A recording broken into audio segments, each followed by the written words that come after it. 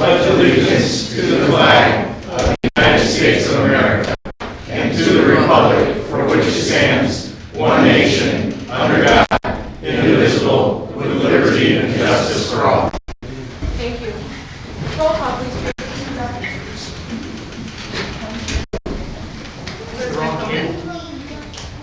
Here. Trustee Michaels? Here. Trustee White? Aye. Here. Trustee Lundy? Here. Trustee Heron? Here. Trustee Bonnie? Here. Trustee Shomas? Here. Wonderful. We Speaker works. have a quorum this evening. We're going to move one item up from general business this evening. But before we do that, we always have public comment on items scheduled for action. So on our board report, or on our agenda this evening under general business item C, we have an ordinance for ratification amending the police department Title V Police Regulations, Chapter 1, Section 515, creating a deputy chief of police position. So before we get to that item, if there are any public comments at this time for that specific item. Anybody would like to make a public comment? You have 3 minutes to make a public comment on that item. And that item alone at this moment. Going once, going twice, 3 times, we will close that. I'm surprised, Ramon, that no one wanted to make a public comment. Okay. Up next, we have that item C, the ordinance ratifying amending the police department Title V, Police Regulations, Chapter 1, Section 515, creating a deputy chief of police. Chief Rollins. Thank you. Village President, Board of Trustees, as a housekeeping matter, we realized during our process of creating the deputy chief police position, we needed to also have enacted into the municipal code the position itself. So during our discovery of putting this together, we are asking the village board to approve the deputy chief position under pursuant to the Illinois compiled statutes. It's an exempt position, and it needs to be an approved ordinance for it to be officially enacted. So I appreciate the support of during the budget process and as well as our discussions about the position, and begging, asking, requesting for approval for the ordinance. Be happy to take any questions. Any questions? For Chief? Can I get a motion to approve as previously stated? So Second. The first out of Trustee Heron, the second out of Trustee Shomas. Roll call, please, Tracy. Trustee Heron? Aye. Trustee Shomas? Aye. Trustee Michaels? Aye. Trustee White? Aye. Trustee Lundy? Aye. Trustee Bonnie? Aye. And Tracy, for the record, I vote as well. President Cohen? Aye. Thank you. That motion passes unanimously. Up next, we have the swearing in of Deputy Chief Ramon Alvarez. We're going to come around this way.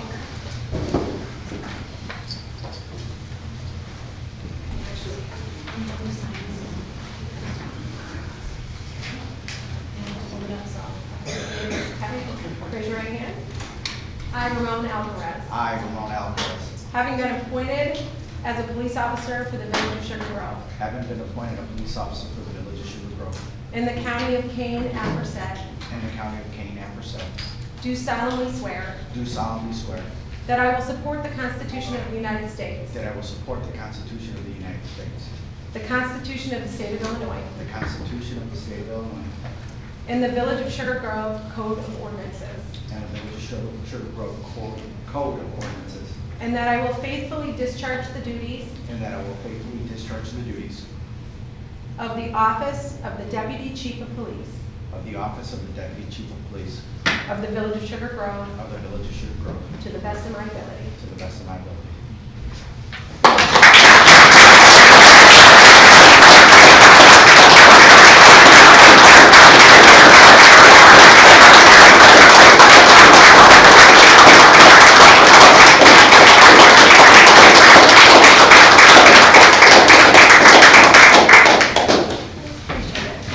All right, thank you very much.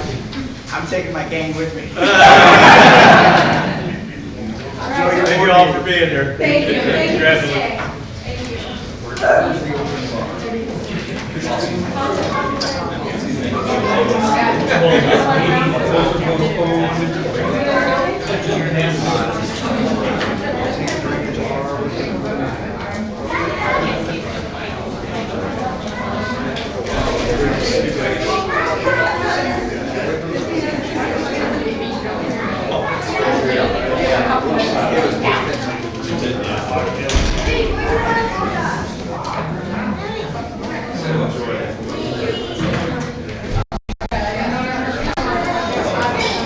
Sale, I did hear that, you know, that's official. Efficiency sale.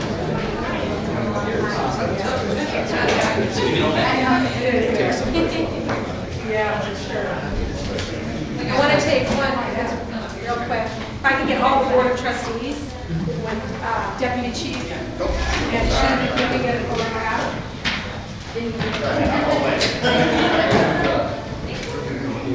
Yeah, I got married.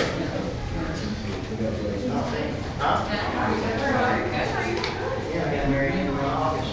Any officials yet?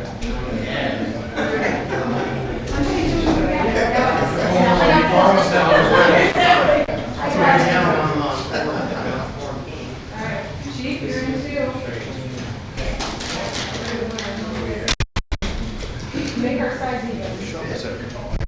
He's behind you.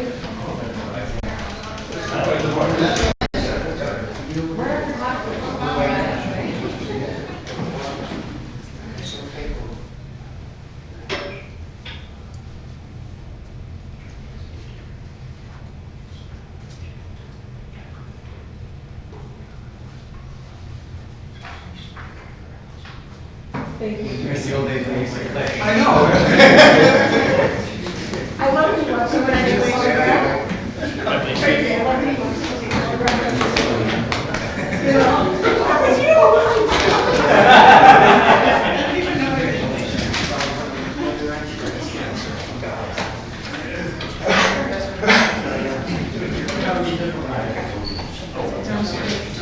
That was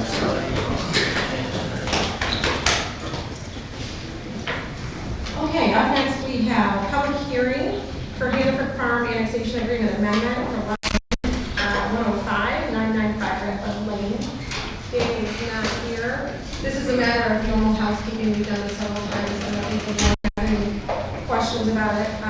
So I will open the public hearing for Hannaford Farm annexation agreement on lot 105. If there are any public comments on that, I know you have 3 minutes. Going once. Going twice. 3 times we will close the public hearing.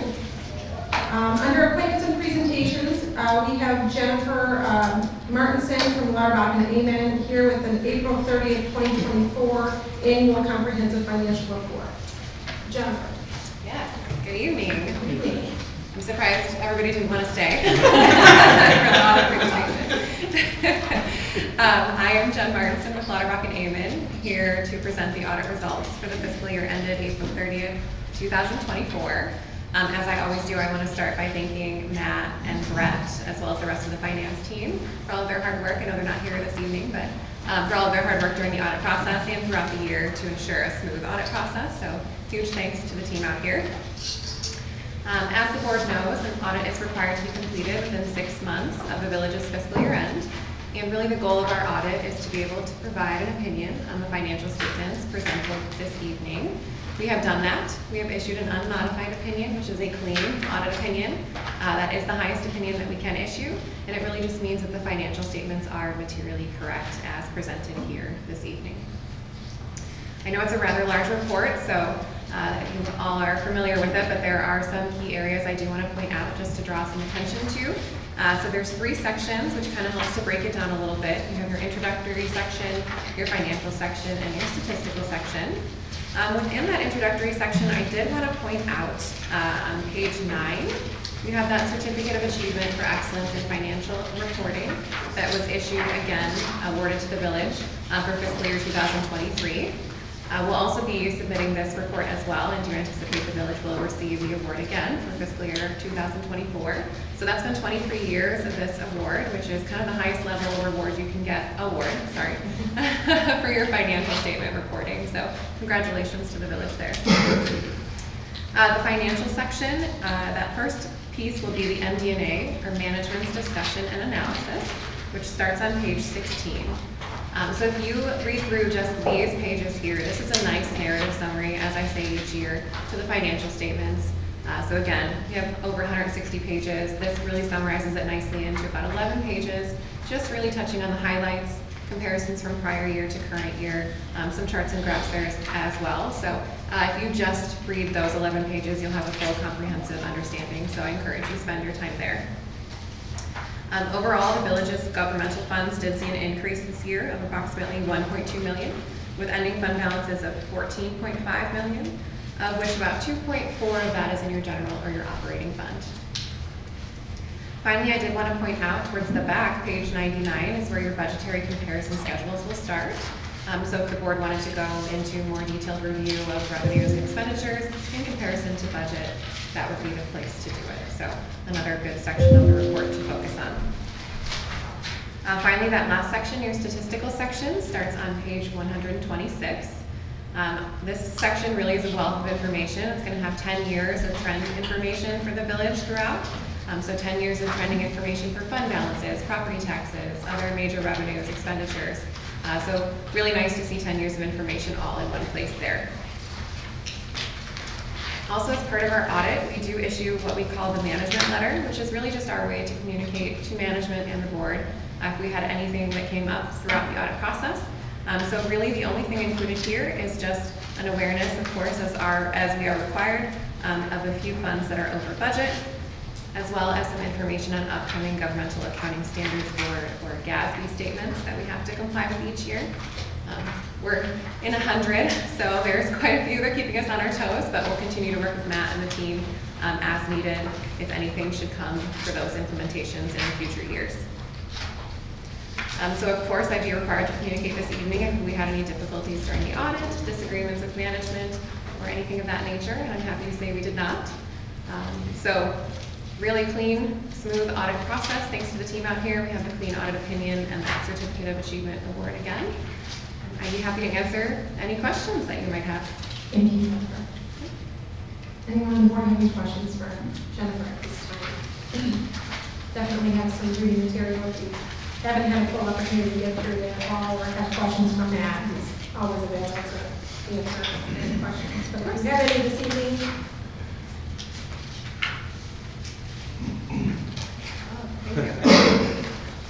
We will take a look at that. Yeah, Looks like we have a typo. the spelling error on page 140. Okay. I will look into that and get back to you guys, make sure that that's the right information, and again, just hopefully a typo. Yep, thank you. Thank you.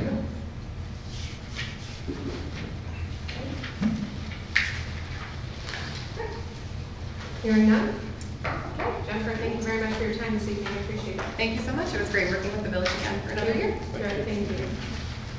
And he's not here, but we always appreciate Matt and his team and the efforts, and obviously your comments, Jennifer, just in the easy to work with our staff, so. Yes, that's very always much so. good. Yeah. Thank you. Thank you so much. Okay. Up next, under airport report. Tony.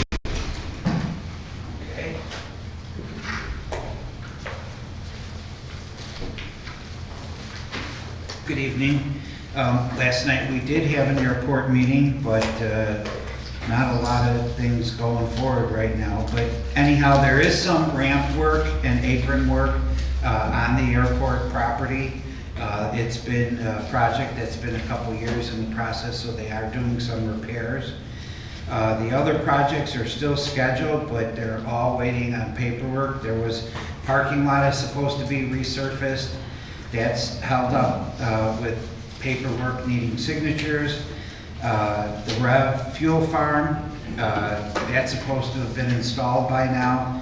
That's being held up with paperwork that's got to be processed. The hangar that was supposed to be built, that's still held up with paperwork.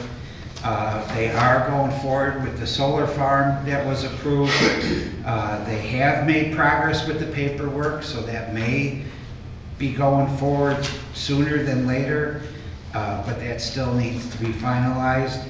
And the other thing that has come back that they're working on right now is a new airport sign. It's been back and forth, it's been a project and it's not been, and now they're doing a review of that. They showed some very basic concepts. They are looking to have a video board, but I don't have any other information at this time, and they said they were going to provide us in the near future additional information. So that completes my report. Thank you, Tony. Does that video sign go in front of their body for approval? I believe it's in the unincorporated piece.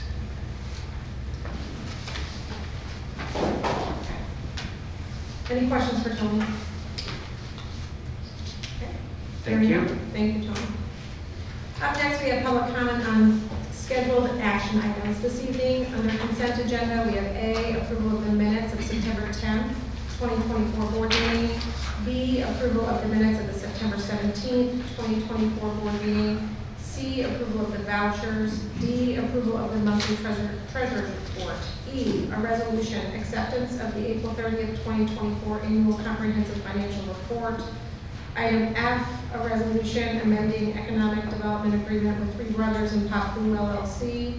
Item G, a resolution amending economic incentive agreement with Three Brothers and Papu LLC. Item H, a resolution authorizing purchase of a hydraulic wheel loader forks. Item I, a resolution approving a social media policy. Also up for under general business this evening, we have item A, an ordinance, Hannaford Farm Annexation Agreement Amendment for Lot 102, 995 Red Bud Lane. Item B, a resolution, formal objection to territorial rezoning and special use for CBM Property Management LLC and Campton Road. So those are our items scheduled for action. Are there any public comments at this time? Going once, going twice. We'll close that public comment. Consent agenda, any requests to remove an item? Okay, hearing none, can I get a motion to approve the consent agenda as previously stated? As stated. Thank you, do I have a second? Second. First on trustee Shulman, second on trustee Bonnie. Roll call please, Tracy. Trustee Thomas. Aye. Trustee Bonnie. Aye. Trustee Michaels. Aye. Trustee White. Aye. Trustee Lundy. Aye. Trustee Heron. Aye. Thank you, motion passes. Up next, general business, the ordinance for Hannaford Farm Annexation Agreement Amendment for Lot 105. This is, again, continued housekeeping on this item. Are there any questions or comments for staff on this one? Okay, Make a motion to approve. thank you. Second. I have a motion on trustee White, second on trustee Karen. Roll call please, Tracy. Trustee White. Aye. Trustee Heron. Aye. Trustee Michaels. Aye. Trustee Lundy. Aye. Trustee Bonnie. Aye. Trustee Thomas. Aye. Thank you, motion passes. Up next, the item B, the resolution, formal objection to the territorial rezoning and special use. I would like to make a motion to table this item. The attorney for the applicant has stated they would like to try to work with the village on the language and the objection. And so I'd like to give them an opportunity to do that. They have extended the meeting as well. Do we need it by date certain though? Do we have to respond to the county by a certain time? Or until they reinstate, until we work it out, just the condition. Okay. That we work out whatever. But there's not a formal response, that has to be the county by a certain time? They asked for an extension with the county. They moved their meeting. Okay. So we don't have to do it for a date certain, just table? Yes, well, to allow us to continue working with them. Okay. Is there a second? I have a motion on the floor. I'll second. Okay. Any discussion or any other questions for staff? A lot of the concerns were the weight restrictions on the road. They apparently have had discussions with Richard's Farms about some of the uses there, and also with regard to the weight of the road. So those are some of the things that we want to give our staff an opportunity to talk through. Okay, so those are things that are looking Correct. to Yes. address. Okay. Any other questions or discussion? Hearing none, can I get a roll call, please? Trustee White. To be clear, we're Yes. voting on a motion to table. To table, yes. I'm sorry, who was the second? Trustee Harrington. Trustee White? Aye. Trustee Aaron? Aye. Trustee Michaels? Aye. Trustee Lundy. Aye. Trustee Bonnie? Trustee Thomas? Aye. Motion passes. Okay, up next we have our next public comment. Before we get to that, let me just go through our discussion items this evening. We have A, Settlers Ridge, Area 5 and 6, plat of subdivision and PDD amendment. Item B, well 9, roof replacement. Item C, mailbox replacement, reimbursement policy and procedures. Item D, 2025 village meeting schedule. Item E, priority capital projects list. Item F, resolution approving an IGA with the Illinois Emergency Management Mutual Aid System. Item G, a resolution authorizing an IGA with King County for animal control services. Are there any public comments at all at this time, or any of those items in particular that you'd like to make a public comment about? Please. You'll have 3 minutes. I will let you know that when we have that discussion item, you can certainly make your public comment. No, please come to the podium. We might bring you back up for further discussion if we have questions. Understood, thank you. For the record, my name is David Sexauer, I'm a resident of Sugar Grove. The address is 1349 Cornell Circle. I am here serving as president of the Homeowners Association and representing many residents who have asked me to speak on their behalf who could not attend tonight. You are about to consider a proposal for Section 5 and 6 of the final plat in Settlers Ridge. And as we discussed last week, the residents of Settlers Ridge overwhelmingly support development in the neighborhood. In addition, with very little exception, there was a lot of support for Ryan Homes and the work they've already done to improve our community. So we are lockstep with most things. As with any relationship, there are always some small things that we want to consider. When it comes to this proposal, we are also very close in agreement with the efforts that they have put forth. So I don't want the next comments to be considered as if they were the entirety, but there are several points in which we would like you to focus as you consider this discussion. First, this is not necessarily a point of contention, but their engineers, when asked questions about stormwater drainage and runoff, had assured us that they reviewed the current lay of the land, and I'm not an engineer, so if I don't speak properly, that's fine. But with little concern, they believe that the current development and the actions that they take would pose no problem for our community or its residents. One thing we would like to ask as a contingency, knowing that there are other communities that have had issues with stormwater drainage, specifically Mallard Point, that if the companies are certifying or saying that they've done the due diligence, that they also give the village assurances that any damage to any resident due to flooding that was specifically caused by this specific development be covered.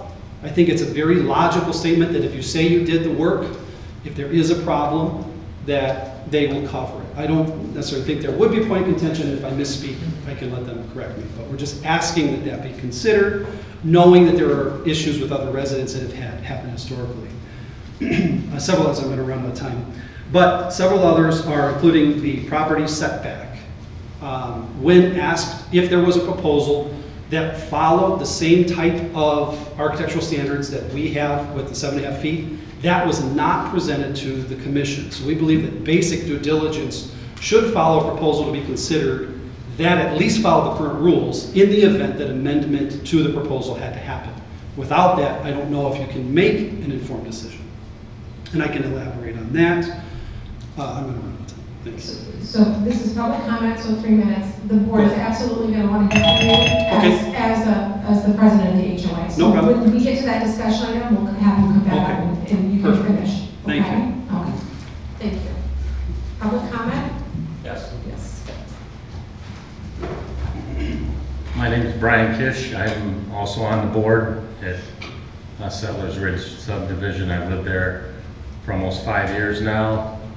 I actually had to have my landscaping changed for drainage because I'm in a spot where it goes both ways. And so I'm concerned about the water influx because all of the water from 5 and 6 is coming our direction. And they were very clear about that it's not going the other way. So just as a resident, I'm concerned about that too. The other thing I did want to bring up is the side yard setback at 7.5 feet is standard in our neighborhood. And even the new subdivision that you're looking at with Lennar Homes over on the other side of Galena, you're at 7 feet, and they're trying to push these in at 5 feet. And honestly, they said the size of the house is similar to what they've already put up. And if you've driven through our subdivision, the houses are quite large, and you stack them in, 10 feet apart from each other. It's not the look that we want in our neighborhood, but that's, like Dave said, we're happy with all the things Ryan Homes has done so far. We like the quality of their work and the elevations that they put out. We just want to make sure that it fits in our piece of the community. I think that's about it. The other thing was, I did want to make, one other point, is I wanted to make sure that there's somewhere in there that they agree to annex into our homeowners association, that some stipulation that they do, because they're going to be using our parks, the entrance that has to be paid for, all the reserves that we have to do for all those types of things in the neighborhood, and for them to use that and have use of all that without paying in wouldn't be fair to the other individuals in the neighborhood. Thanks. Thank you, Brian. Any other public comments at this time? Going once? Going twice? 3 times, we'll close that section. Okay, up next we have the discussion item for Settlers Ridge, Area 5 and 6, plat of subdivision and PED. Danny is not here. Go ahead, Mike. Sorry. No problem. Scott. Yep, thank you. So the applicant, BHMGU Settlers Ridge LLC, is requesting approval of final plat of subdivision. So this is both for the discussion item covers both the final plat of subdivision and the PED amendment. Asking the construction to begin construction on areas 5 and 6 of Settlers Ridge. Areas of 5 and 6 Settlers Ridge master plan are designated to be solely residential, while the original master plan shows the areas to be developed slightly different than what is being proposed with these final plats of subdivision. They are consistent in aspect of the areas being residential. The proposed final plat of subdivision is proposed 48 single-family lots in area 5 and 6, in area 6, and then and then we've got the other one. But then so it's got the 2 different areas. They both increased in density in 5 and 6. And they've also then had the side yard is the request is reduce those from 7.5, which is the normal across Settlers Ridge, as was mentioned, to 5. And the lots, the max density right now in area 5 is 35. They're asking to have 48. In area 6 is 40. They're asking to have 46. Also, previously, some of the homes were alley load. They're asking for all of the homes to be single-family detached. And we do have representatives here, and they have a short presentation that they'd like to show. I'm happy to answer any questions, but it might be a good way to start off the discussion. Thank you, Scott. Please.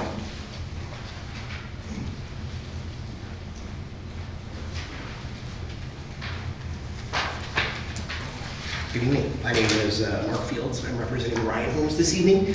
We are the, primary builder currently at Settlers Ridge. I am not the developer. The developer is a gentleman that wasn't able to be with us tonight. So I have Mackey Engineering as well as Portano that are here, and myself to be able to answer questions on their behalf as we work through some of our questions, things we're going through with HOA, right, just all of the above. So I've got a couple of people that are here available for questions as they get a little bit more technical, and I can give you a little bit of home builder specific. If you'll go to the next slide, that would be great. Oh, I can do it myself. Thank you. Even better. Just a quick introduction. Ryan Homes, we are a part of NVR Inc. NVR is our parent company. Ryan Homes, NVR, we've been building in the eastern side of the United States for 40 years, 15 states, under 3 or 4 brand names. Specifically Chicago, though, you will only see us as Ryan Homes. By closing volume, we're the 4th largest builder in the nation under NVR Inc. We are an industry leader in, I think, not only building processes, but in plants that provide construction materials, things that really keep control over future warranty issues. So we really do pride ourselves quite a bit on really leading the industry, I think, in the kind of the building, single-family attached condominium home building. Locally to Chicago, we've got about 13 open models at this time. In 2023, closed almost 500 homes, of which 65 of those were in existing Settlers Ridge. Going into 2024, wrapping up this year, we should be around the same number of closings, around 450 to 470 within the local Chicago market.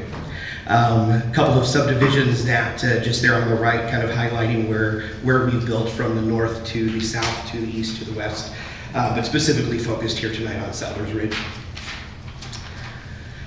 I want to just take a step back. Initially, we have looked at neighborhoods 5 and 6 as kind of the continuation or the last 2 neighborhoods within the existing Settlers Ridge that's gone through the development and build out. And although it's part of the whole, why I call it kind of the last 2 neighborhoods is because the earlier engineering that had been done was all kind of tied into the existing neighborhoods that have been built. And when I say that, I mean stormwater management, stormwater detention, pipe sizing, streets, things of that nature were already kind of a part of neighborhoods 5 and 6, which allow that development, those 2 neighborhoods, to move forward prior to then what I'm going to call the balance of Settlers Ridge that has preliminary approvals, where those will require quite a bit of additional, like engineering, land use planning, parks, everything that goes into a master plan community. Of that, what I wanted to really focus on is that future expansion, impacts quite a bit to where neighborhoods 5 and 6 has a really minimal impact to the existing Settlers Ridge. I'm confusing myself a little bit. The purpose of why I say that is, and let me jump to the future slide here. So the existing Settlers Ridge, everything to the, right of the green, or that would be to the east of the green, is existing. And you can see neighborhoods 5 and 6 that are kind of carved off to the left. And then you have the remainder of the property that we know as Settlers Ridge. We're excited to announce that the area in green, which is the next development neighborhood, about 114 acres, we do have agreement with the underlying seller, and we have talked with staff about starting the next steps of moving into those future neighborhoods. And the point I wanted to get to is what that does is it drives a lot of off-site improvements, triggers a lot of new items that aren't necessarily triggered by the existing neighborhood, as well as the addition of 5 and 6. And so there has been some planning discussion, already some initial discussion as it relates to the future areas of Settlers Ridge. I do want to jump back then to existing. It's been over a year ago where we, Ryan Homes, developer, met with staff, some predecessors that aren't here with us anymore, to discuss 5 and 6 and how to bring that forward. And one of the items that was discussed had to do with side yard setbacks, had to do with density. There were some out parcels that were causing, I think, some challenges within whether HOA maintenance, whether village maintenance. So we kind of took a global look at that. We also were looking at the blend of the traditional single-family lots in the existing neighborhoods and the slow to build out neo-traditional lots, the rear-loaded alley lots. And so it was the combination of looking at lot sizes to allow for 5 and 6 to be viable from an economics perspective, as well as to keep the same similarities, consistency with street profiles, elevations, all of those things. And so as we worked through that, we kind of started with a higher density plan. And in looking at that, talking with the neighbors, realized that that was probably too aggressive. And so we have scaled back to the plan that is in front of you this evening as it relates to the increased density request and the modification of the side yard setback. Can I pause you for a second? Absolutely. What is more aggressive than? A higher density plan. Which was what, more like Yeah, family? it was the same side yard setbacks, but no, it just had, it was, I think we had maybe an additional 8 lots that were on it that we were trying to get, and it was all an economics, right, discussion.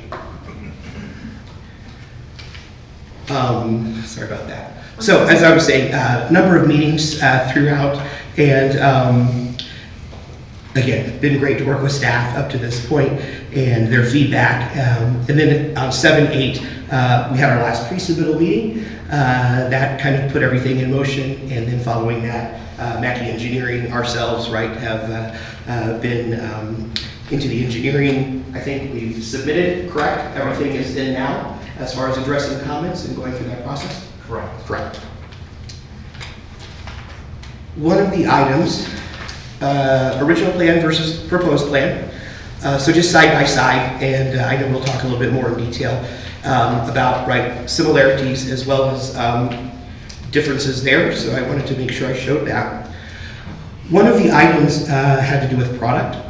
Currently, we're looking at just an extension of the existing product that's been approved for the new neighborhoods. I do anticipate another 1 or 2 plans that would need to come before the HOA and the board for approval, but currently we're not looking to deviate from the current product offering, which has been approved previously. Again, absolutely. Yeah, so on your desk today, we have current off, it's an additional add-on here of a few things. One is an illustrative plan of Settlers Ridge as a whole as it was originally designed, just to kind of give a complete look at that to help with the discussion today. We also have Resolution 2021-0524A, which includes the homes that were approved by this board for 1A and 1B, units 1A and 1B. And then there's a separate packet that then has some of those elevations that were approved, examples of them, so that you can see what those elevations look like.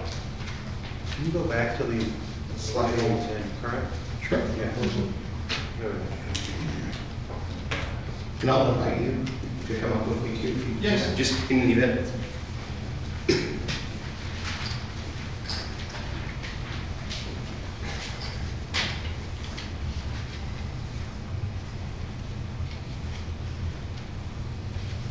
Should we let the homeowners association share the remainder of their opinions before I'll we get into let them discussion? go through their, any other, he's just back and forth. Okay. I want them to go through their presentation, but then absolutely. we will. Okay. At first eyesight, because this is all, remember, alley loaded lots, but they have back-to-back lots now. They're eliminating all the alleys, so a lot of infrastructure is being removed. By density, we can all see that the infrastructure, which drive a big cost to run homes through development, is all being eliminated. The road is being shifted a little bit farther south. But all your alleyways are gone. That's correct. There's also a couple of parks missing. Well, that larger spot, I believe, is a multifamily. That's correct location. also. It was. No, there's designated green space up in the north. Well, they're just talking about this, Yeah, are you it- seeing on that one parcel there? It ain't there anymore. At least according to the map. Where are you talking here? I mean, it's relatively small, but there is a green space. Here it is, I see. Oh, I see what you're saying. Noted there, that's not there Where anymore. the road kicks. Yeah, where that is. Are those the outlots on the ends of the roads? Yes. Yes, and I will say that's correct, those probably did go away because that was the ask, was to get rid of those from a maintenance perspective. If you're specifically referring to the buffer area between a corner lot and the road. Can I ask who asked you to remove them? I guess it was a recommendation by staff at the time, I don't believe he's with us anymore. To remove green space? Well, to on the corner lot area, that's what I'm, specific to just corner lots. Because the maintenance of those small areas versus being tied into the maintenance of an actual corner lot, to look at, right, taking the green space and putting it into the lot, but not removing, right, parks or, right, no, nothing of that was looked at. Fair? We don't That's got it. maintain- Okay, yeah. Chris, we don't maintain anything other than the islands out there, right, on Gordon? HOA. You guys maintain all that space? Correct. And there actually are in fact still end cap outlots on these corners. So they're smaller than they were previously there, you're correct. They did have some larger odd shaped pieces. Those corner lots still have an outlot at the end of it, at the end of each block. There is a green space that would be an outlot HOA maintained. Okay, so parcel 11, I think I can see this parcel 6, parcel 2. Yeah, I think they're not called lots, I think they're called parcels. I think that's how you would tell the difference.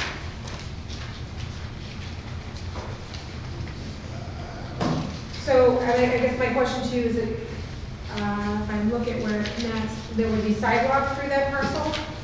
The sidewalk is still in the public right-of-way. So there's sidewalk lining each roadway, each right-of-way. The outlot is just a buffer between the right-of-way and the corner lots.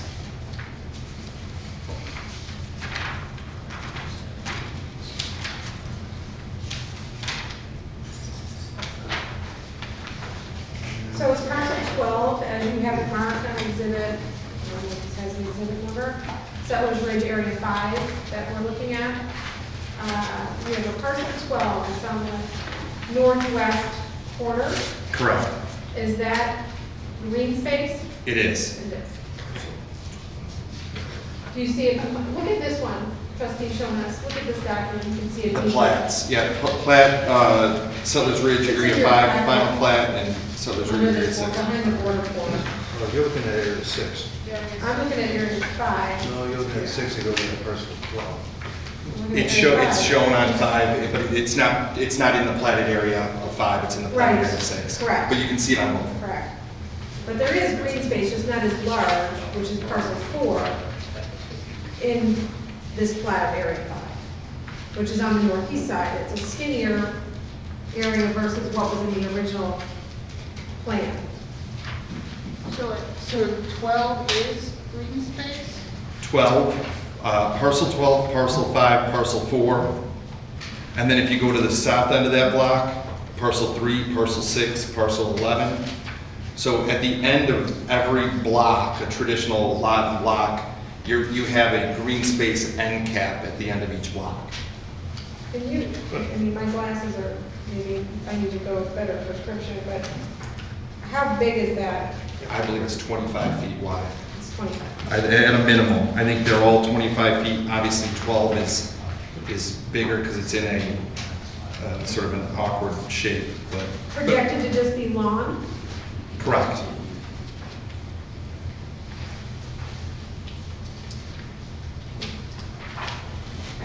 Are they done with the presentation now? No, I don't know. Are you, do you have more to share with us? I don't have any additional formal presentation, no. But obviously can toggle back and forth on slides or exhibits or. Okay. Do you have specific questions, trustee Shomas, for the members? Oh, I will. I want to hear what the Homeowners homeowners association That's what I'm has to asking. say. So you would like to? Yes. So Dave, Yes, if you yes. don't mind, can you share the podium? We just want to hear what some of the concerns Absolutely, were from sure. the homeowners association. Thank you, I appreciate that. And again, please feel free, if I misspeak from anything, I'm not trying to misrepresent what they presented this week or last week, so feel free to chime in. I do want to just make a quick point that the purpose that we are here, that I am here, is not necessarily to shut this petition down. I think that the discussion on this is good. It's just incomplete, and it needs a little more work from what we get to. I believe that I don't necessarily hold it against BM, GUB, HM, and GU for not being here, but I would note that they were not here for the prior meeting to the Planning Commission, and there are several questions that were left unanswered. Again, that would be very pertinent for your knowledge. So that just lends to the idea that this is a little incomplete. In this proposal, specifically I was talking about the density question. When asked last week, it was acknowledged that the average size of these lots is smaller than the average single-family home lot. So we're going to exclude anything alley-loaded, anything townhome. It is smaller than the current comparable lots in our neighborhood. When asked, the reason behind this thought process was affordability. It was to have more homes that could be more affordable in the neighborhood while keeping some of the elevations. The Homeowners Association challenged that thought process. In 2023, as acknowledged by Ryan Homes, they built 65 homes in the single year. I believe more homes than were active in the neighborhood at the time. It was a record year. Residents celebrated. We had more people moving in. I watched these homes go up, and they did a very good job doing it. That was only 2023. We also know that 2023 was a record high for the last 15 years for mortgage rates. They were the highest they had been. And it didn't preclude people from buying in our neighborhood.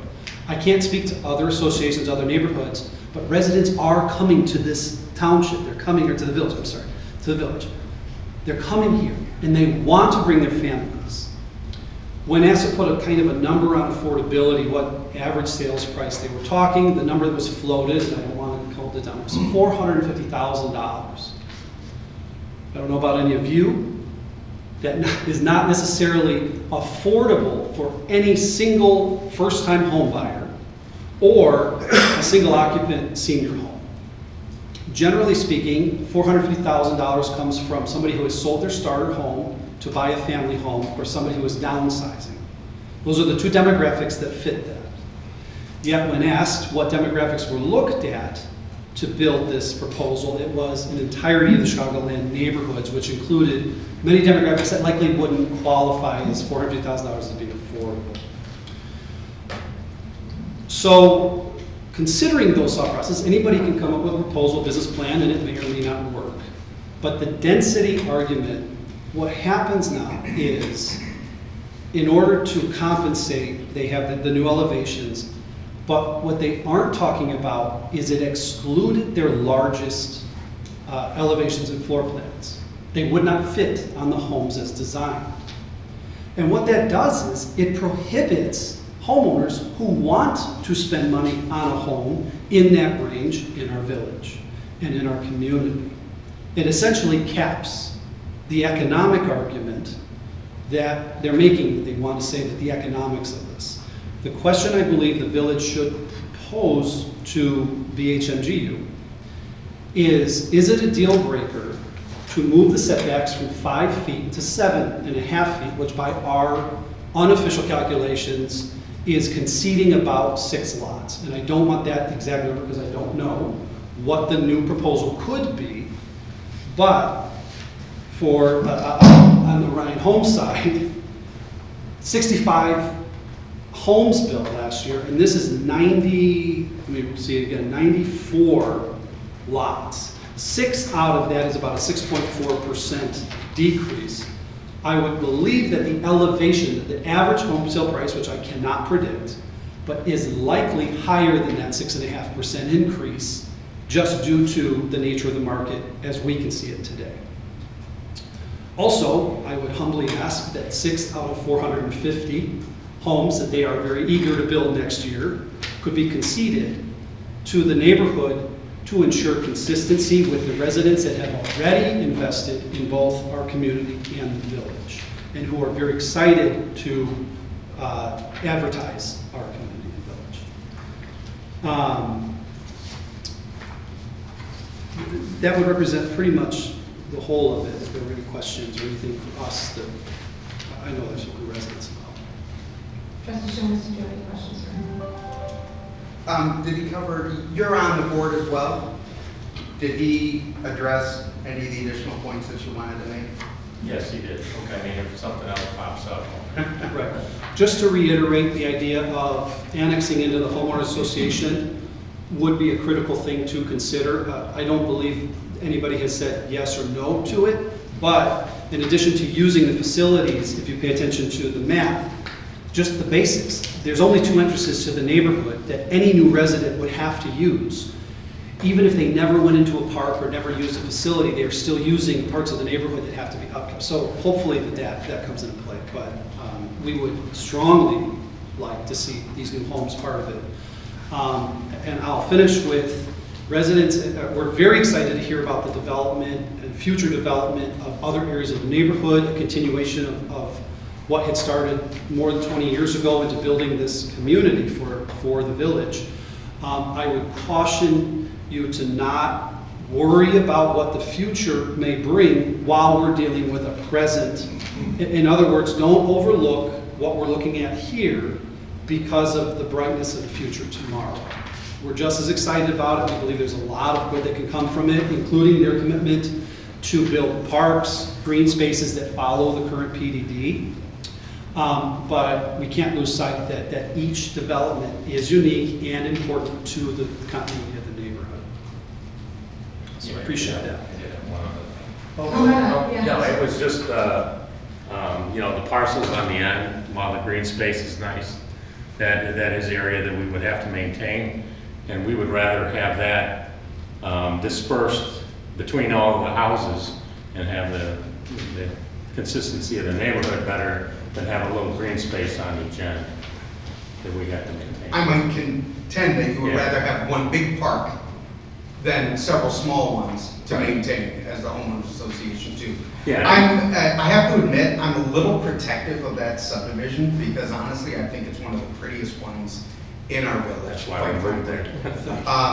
Thanks. I think it's planned very well. Kudos to the members of the board and everyone else that wanted at that point in time that arranged that. It's stunning back there. I think one of the charmers of that is the rear loaded garages that are back there. And I do like the fact that, again, because we've been talking about higher density, closer pitched homes within some of these other neighborhoods that have been such a major topic of conversation as of late.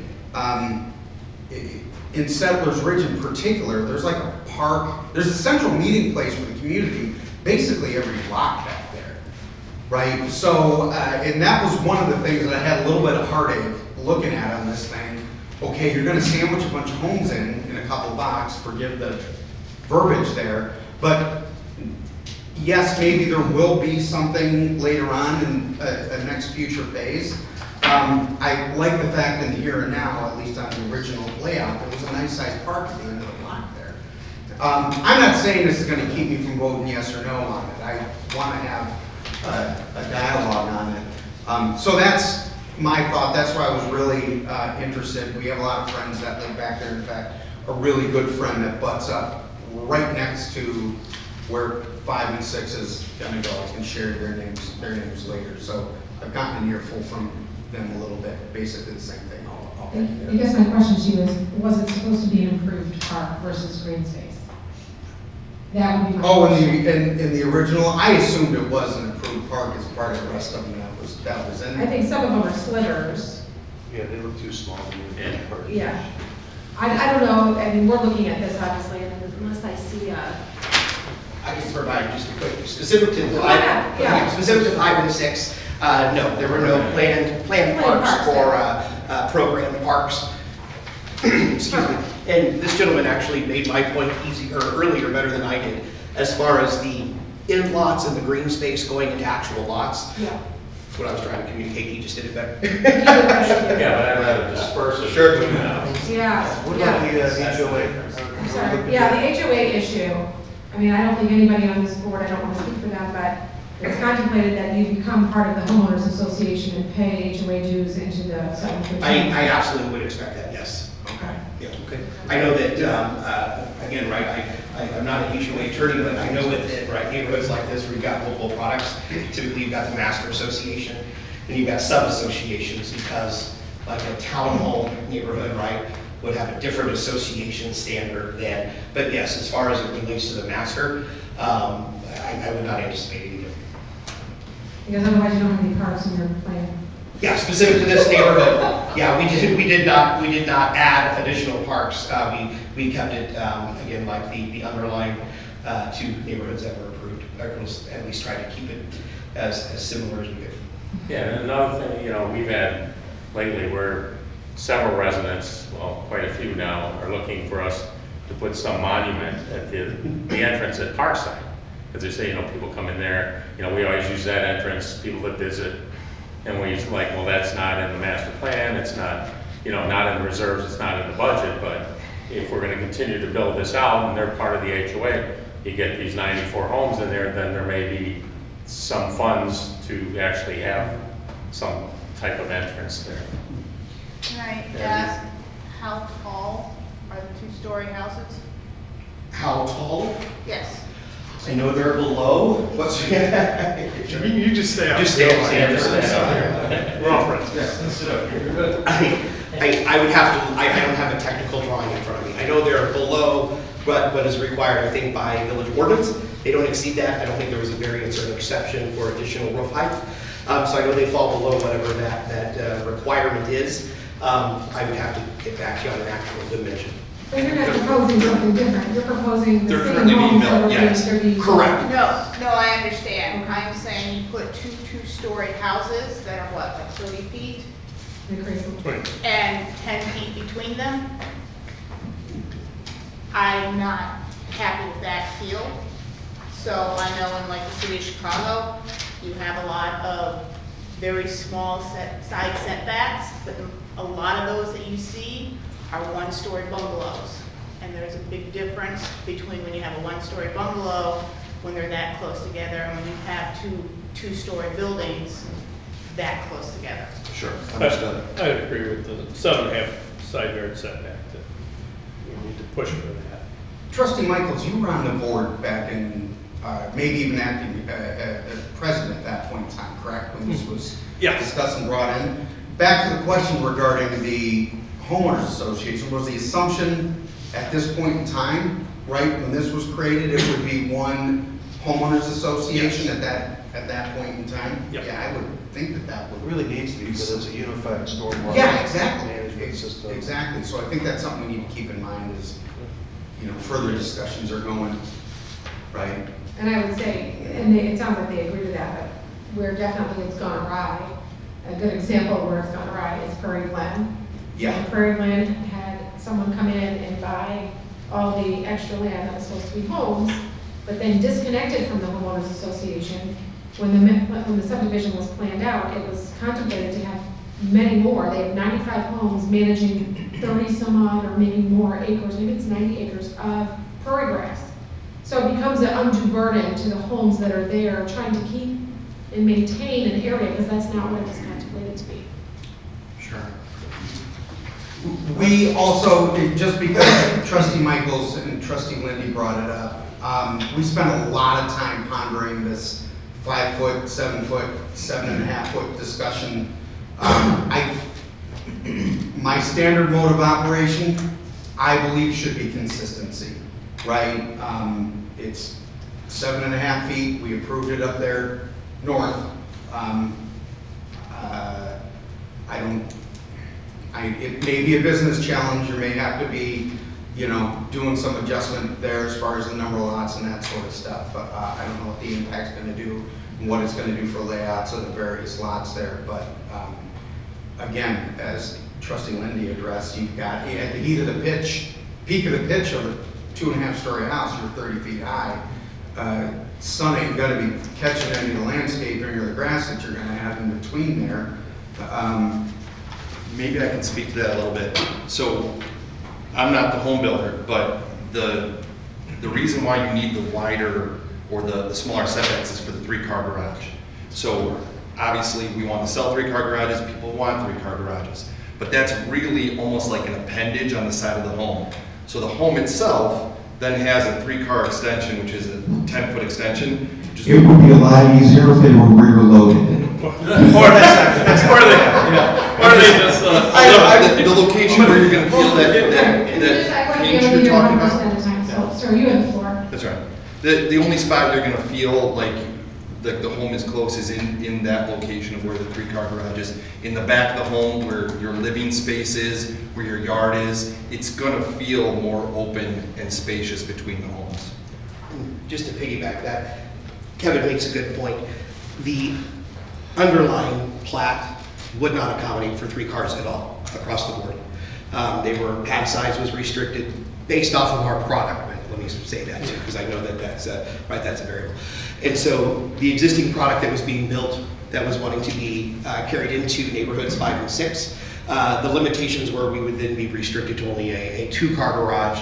And we believe that, right, not just for the neighborhood, also for the average sales price, keeping right values where they are, being able to offer 3 cars across the board. That was, right, again, another significant reason for the request or driving for the variance request. you could eliminate some lots and widen the houses out that way by having wider lots, so. How many lots originally were? You have the number, hold on, we have the number. It's in the board report. Going from 35 proposed to 46, I think. It's a 35% increase, that's all that I ran some calculations. 35 to 48, The in area area 5, 5. and then 40 to 46 in area 6. And the one thing I wanted to add, a question I had, is obviously with the 65 homes you just built, and you're proposing these same plans for this area, and this is like a color code map for us, but I know that we had special review on Gordon Road, so I'm trying to look at the colors, which look like they're tan, and then mirror that up, but maybe you can just tell me what the lot width was on what you just kind of did on those 65, and they might have been varied. So on the one, so the majority of what we built were 2 cars because we were limited on a 3-car option. I couldn't tell you the percentage of those 65. I'd have to look. But I know that was initially it was a 2-car restriction that we couldn't write again based off of a wider product to be continuous with the existing elevations or that was built by Kimball or Pulte prior to us. So we tried to keep the same buildable width. But yes, I know we were restricted. I want to say it was about half, but it might have been more than that. But I can get you prior to the public hearing. That's what I was questioning. That are any of them tandems? Are any of tandem garages? Yes. No. Okay.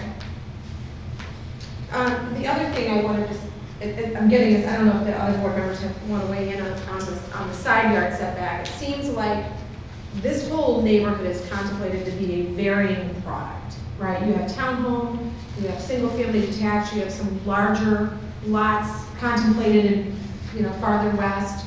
You have some that were way back when on the luxury home tour that were way up front. So you have varying products in the neighborhood, and that's part of the charm of that particular neighborhood, I would say, beyond the prairie grass and the trails and everything else it has to offer.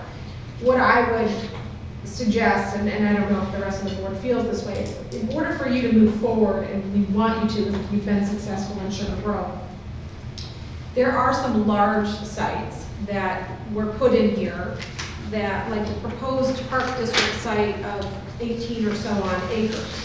In the future sections? Yes. Yes. And my suggestion would be, we can't go back, we're moving forward. But a lot of these folks built into this neighborhood for what this was, right? And while we want to, we can't just say, well, we're holding out hope that someone's gonna do exactly what we want to do, but at the same time, they were promised things, and I don't think the 7.5-foot side yard setback is horrible. I think that it's reasonable considering the amount of development that's happened. What I would suggest, and I don't know if the rest of the board feels this way, is keep the 7.5 side yard setback. It does reduce your amount of lots in this area, but then as you build and contemplate other areas, I don't believe that they need 18. If you talk to the park district right now, do they want 18 acres in a park site? Likely not. So you might be able to absorb, make that park site smaller and be able to accommodate more lots as you move forward. Just don't go from that side yard to then really tight because it doesn't have a good flow that way. You're already changing it from what is contemplated to be those alley load. It takes infrastructure out of the lots. But when you have the alley load, it creates a walkable community feeling. When you put those front lots in and the driveways in, it takes that walkability out. That's what this was designed to be. We got a start on it, but we won't finish that way. So I think keeping a little bit more open space within this area will help soften it, is just my 2 cents. And I think we'd be more open to give on some of the other lot sizes as we move, just to be able to create that space now, so you don't go up to this one really dense area and then what's the next one look like. But the product offerings, I think are important in this neighborhood. So that's my 2 cents. Can I make one quick comment? Of course. Sorry. I would be remiss if I didn't represent it, and I'm sorry, we've had several conversations on this, so I think it's a little repetitive. But residents, outstanding of the engineering, which has been a lot of good work, the aesthetics of the feel of the density. Each resident has communicated concern over the look of that as well. So I really should represent that to you today. In addition to, while Right Homes has followed the monotony rule that we have where every home doesn't look alike, 2023 seemed to have a favorite color, which was blue-gray, and every step of which. So that combination was also somewhat of a concern that if we put homes closer together and albeit follow our monotony rule, all of a sudden, if homeowners decide to have a very stepped home from gray to light gray to very light gray, that could be a concern as well, but I was asked to say that. Can you tell us if you're building a 5-yard side yard setback somewhere in the Chicagoland area today that we could drive through? Yes, and I believe in Grand Reserve in Yorkville, but I've been with Ryan Homes for just over a year, and so I don't want to. Can I get that information to you? Of course you can. Absolutely, would do that. But I know the answer is yes. I just want to make sure I'm accurate in the location. Okay. Yeah. But really, I think that's something we need to stamp pad on. Then should we extend Terry Drive to the east? I don't know what that road is on the very south, but I think looking at the master plan, that Terry Road runs into Arbor and that downward the cursor was. But I think we're going to need something that can pick up traffic on the south side that can go east. And just want to make sure that we do that. It looks like it eliminates maybe 1 or 2 lots there. It's down at the very bottom of this exhibit. They have it listed as Terry Drive. It appears That's right there. Henry. Henry? Okay, Henry. I think Jones And- Drive yeah, is the one you're referring to Yeah, that's that- in the existing subdivision. Yeah, I think Henry actually used to be further north. Yes. And then they eliminated the homes back up to the Right, side of the yeah. highway, all that noise. Yeah, but look at considering that, to have our staff look at extending that. And then it does need park space, and I think it'd be a good time to extend the bike trail all the way to the west to Arbor, because we'll start to see a lot more. I think it's hard to ask them to extend the trail through undeveloped area that they don't. It looks like it's there. I think but they should be phasing it as they go, Yeah. not just run it all the way over there today. If we give them higher density, we can usually ask for something in return. But those are things that I'd like to see. I don't know if I want to give them higher density. Yeah. Yeah. I mean, quite honestly, it's a lot of extra houses that are smaller, and I tend to agree with what the gentleman says from the association. I mean, if you're losing your best houses, well, my best, maybe the biggest houses. We're not, and to correct that, there's no house loss. I'm not sure what the. The higher price point, sir. What about? Right, he had suggested there are a couple of the higher price point that aren't, No, that don't that's- exist anymore because The underlying, footprint is a little the bigger. underlying product that's been out there with the higher square footages is still applicable. We're not removing any of the higher square footage product offering. with all due You're just respect, accommodating a that third car seems there garage. was a conflict with. I might have what we're saying. misunderstood the elevations if we come up, the way that it was presented.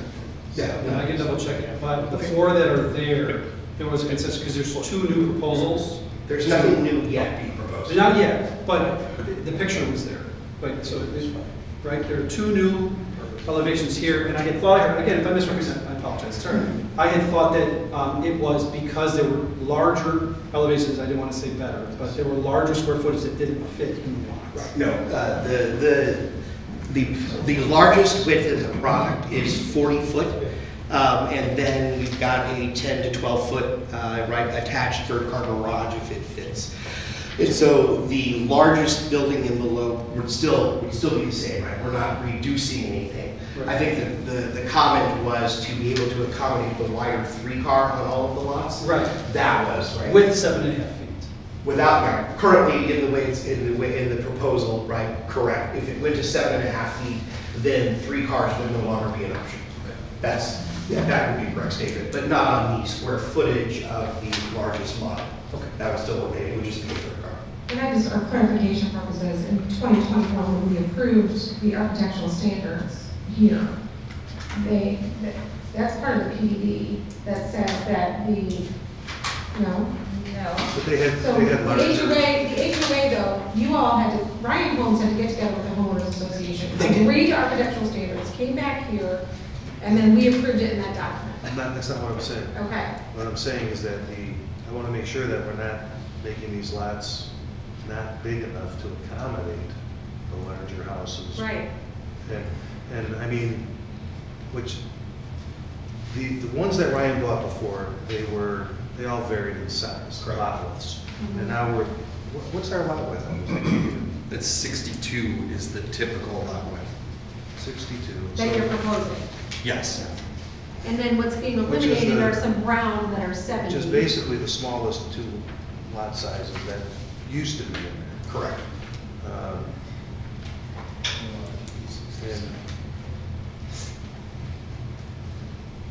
And I think if you put the lots to 65 footers, you'd be able to accommodate your 3 cars on those. You'd lose a couple of lots. But I think, I don't think you're gonna lose a lot. Because I think the way you've redefined the plan, I'm a little concerned with the road on the north. You know, where you have area 6, it was supposed to split into a boulevard under the previous iteration, and now you've, instead of kind of kicking it forward and then bringing it down, you're kicking it up at the end. So I'm concerned where that's going to end up going to the east, or excuse me, to the west. You're talking settlers. Settlers. Yeah. Yeah, Settlers Boulevard. Looks like, I mean, Parkside looks the same to me. Yeah. You know, the Henry, or whatever that South Street is, Henry on here, whatever it would be going west. That's, I think I prefer that just because you won't then have all the houses backing up to the railroad that were originally going to be on the south end. Mhm. And this is what I'm going off. Sure. It was right down here. Yeah. But I kind of like the diversity of the lot sizes, and quite frankly, I'd like to see you throw some bigger lots in there. And whether that means you spread them out through all of them, or have a few, you know, interspersed. Again, it might give us that, at least that feeling of diversity that we had. I don't necessarily have a problem with a 5-foot yard if it's on the side where you have a single-story third car garage. That part doesn't bother me too much. I could live with that. I prefer to see wider lots. I feel like, I mean, to me, when I look at this, it looks like we're smashing, like honestly. I think that's the uniqueness of Settlers Ridge, is the open spaces between some of the backyards, some of the angled streets, like all of that. It's not rows and columns. It doesn't look like it's just smashed in there. This is That was very where we- grid-like. Yeah. No, it is the portion that was supposed to be grid-like. But You know, it's, like I said, it had more diversity to it, and we really kind of lost that diversity. I mean, Because I think what we did with Windsor Point, we tried, the presentation we received is we kind of continued what was already there, and this doesn't feel like continuing what's already here. well, unless you actually find a builder who wants to build an alley load product, you're not going to get that. No. And that's pretty much been the whole issue. That's fair. I don't think that's really a product that sells right now. And so that's what I was gonna say. We're working with staff. We've seen this master plan. We like this master plan. We want to do something very similar moving forward with them. You saw the next green area that they've already dog eared as they want to do the next phase. But we want to look at it in totality at this point. You know, after 5 and 6, which, like Mark said, are really sort of tied to units 1A, 1B, both from sanitary connections and stormwater detention. We want to sort of revisit and look at this. This plan is from 2006, maybe. It's not really how things are developed these days as far as the layout. So as much as we're commenting on these green spaces and open areas, we want to do something similar, but it probably won't be like this. This just isn't how it gets done these days. I'm okay getting rid of the end caps, you know, from the association's standpoint. Yeah. You know, that, I'd rather see that in lots, quite honestly. Because, you know, I mean, we have a corner side yard anyway, and, you know, it just gets filled into that.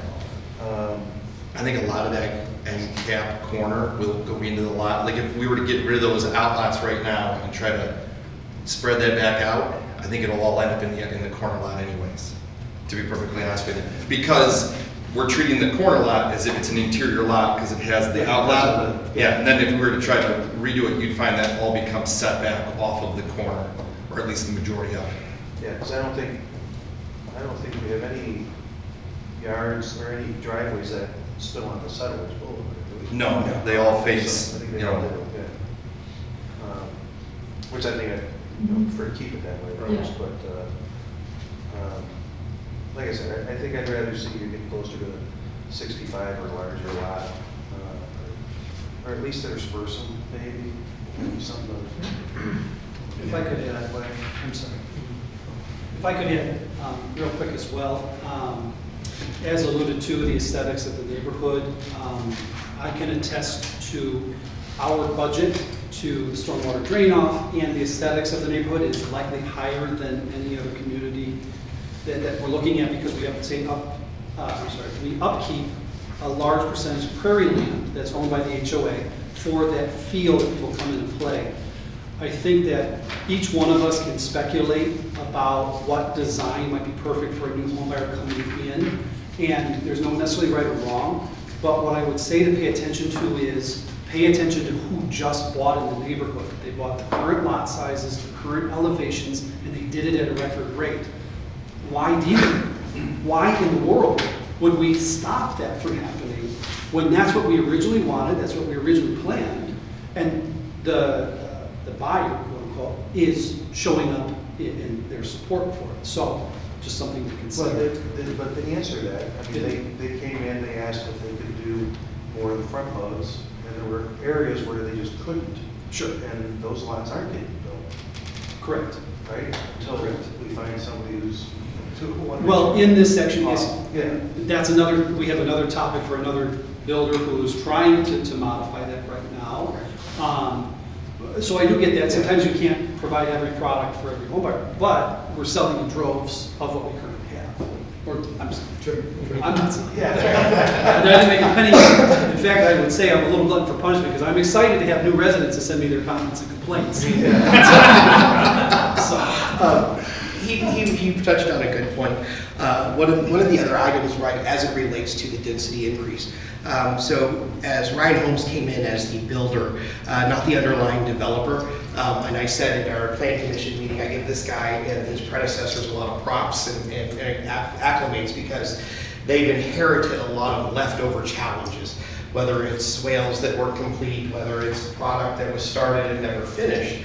And again, right, it's not all the, I think, the nasty developer hopefully feeling, but part of those budgets and what they're working within need units. Because, right, without the additional units, right, we continue to have struggles in maintaining, right, this beautiful Settlers Ridge open space, which makes it so unique. And so it's kind of that balance for the builder too, of knowing that what was, right, approved or maybe anticipated, as well as looking ahead at, right, offsetting some of those maintenance and being able to put buyers in. So again, not to belabor the fact, but another, right, I guess just another bullet point as to why we were looking to add the additional density as well.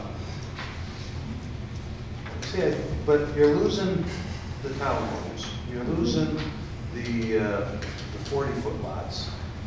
Right. 40-foot? Oh yeah, if you just look at the density of them together, we're well below, right? But it's because of the product change. I don't know if you're well below. What was the density of the land area before? With the attached product to the north? Just area, what you're looking at is areas 5 and 6. What's your density right there? I think we do go up in density a little bit from Yeah, what I was. think you do. By removing the... Yeah, you had 84. It's not an Lost my exact. cheat sheet, he had it out there. Is there, I think the we way- actually went up about 10 units. I think the way the density Well, worked for yeah, this that's what was Right. overall density. That shows, yeah. So it's hard to back into exactly, but if you were to do a footprint like we had before, the side by side, like what we're showing, the density does go up. Okay. I think that part of the monotony rule is when you have product change, you eliminate some of the monotony, right? So what happens in this case is if you switch it to that, right, all single family, 3-car, because we want bring back the to, monotony. you bring back monotony. Yeah. And that was kind of the nice part about this development is saying yes, you're gonna have townhome next to smaller lot size, next to a bigger lot size, is that visually helps break it up, while still allowing for so many acres, so many units per acre. Yeah. So you can create density, just visually it looks different. Yeah. And I get that this is the product that you're selling, but I think that it, I think that's the concern, at least I'm hearing it from some of the board members, I don't know if I'm hearing it from all, but this side is definitely, I haven't heard from this side so much. Look, I'm gonna move over here. Does anybody want to weigh in on, obviously the transitional change, the smaller side yard setback? And I don't know from that plan, I'm trying to do my best, lot sizes, because they are smaller, but not all of them, I would say. Some of these in here are 60, But if you projected look at at 60. page 56, it'll show you how many units they're picking up. No, I know, Oh, they're, okay. no, it's not that, it's, they're picking up more units for sure, but in this plan right here, the original plan, there's varying widths of lots, which creates a visual breakup, if you will. I'm not a land planner, but I think land planning that I've seen as of late winds up being more of pods, like pod related. So it'd be a pod of a certain single family size lot, then a pod of duplexes, a pod of townhomes. It's more like clustered of a type of home. So this 5 and 6 would be more of a cluster of this Ryan Homes product. And then moving forward, you would probably have pods between green spaces. So you're sort of putting your townhomes together, you're putting in multiple areas. So it's not like just one section is gonna be all townhomes or all single family. Right. I'm going to challenge that statement, because I don't think anyone's clustering 95 products together. Yeah. It's not a cluster. They're clustering maybe 5 to 10. So I think with that in mind, let's just be careful of some of the comparisons. Okay. Like I said, I'm not a land planner. Nor am I, but Any trustee here or trustee Bonnie, do you have any comments, or trustee Shomas, getting back to you, I don't know how you feel about the density picking up roughly 10 plus more units. it's One time. 37% in section 5, based on the numbers that were given to us. We jumped from 35 to 40, How many more total lots? whatever it is. 35, 48, 40, 46. I'd be really careful about modifying well-established and discussed items that we already have done within the village to date. Look, is it gonna be hard and fast? Well, I understand this is a transition between one neighborhood and some other stuff that you're doing there. I completely understand.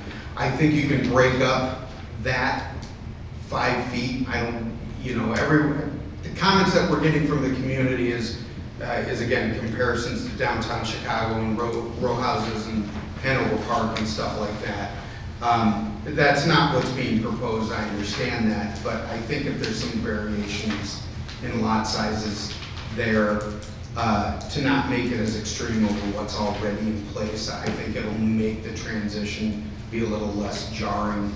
And again, to some of the earlier comments, what people bought in there, as well as even over the last couple of years, was the intent of what the overall land plan was going to look like. So I think something a little closer to what that was, I think something I'd be a little more comfortable with.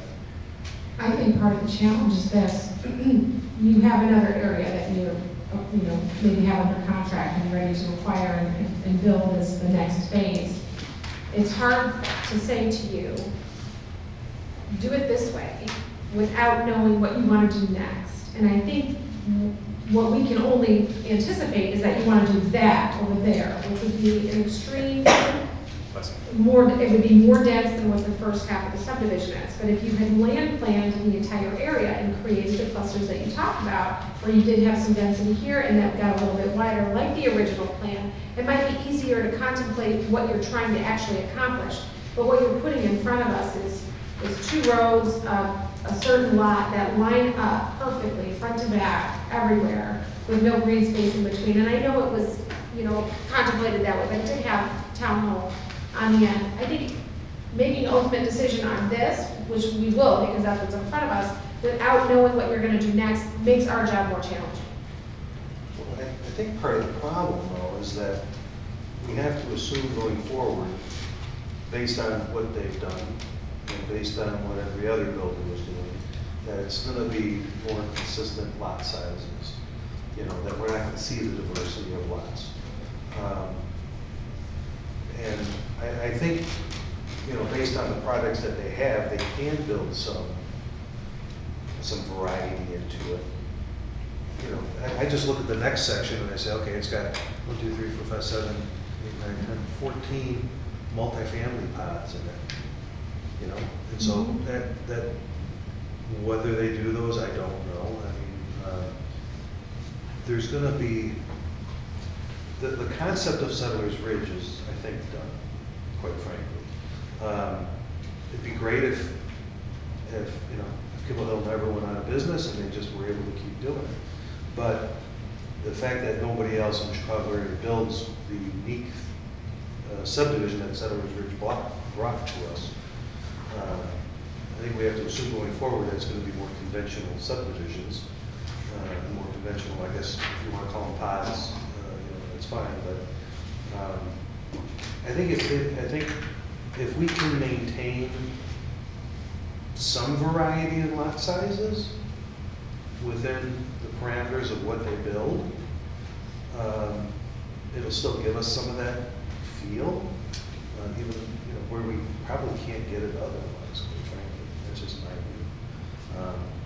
view. Like I said, I'd be okay with a 5-foot side yard and a third-car garage, because it's going to give us, gives us value, taxable value, quite honestly, as long as it were only a single story, and then there was a full side yard, on the other side. But I think because of the density of this, the denseness of it, I don't know that they need it. I'd rather see them lose a couple of and build it into some of the other ones.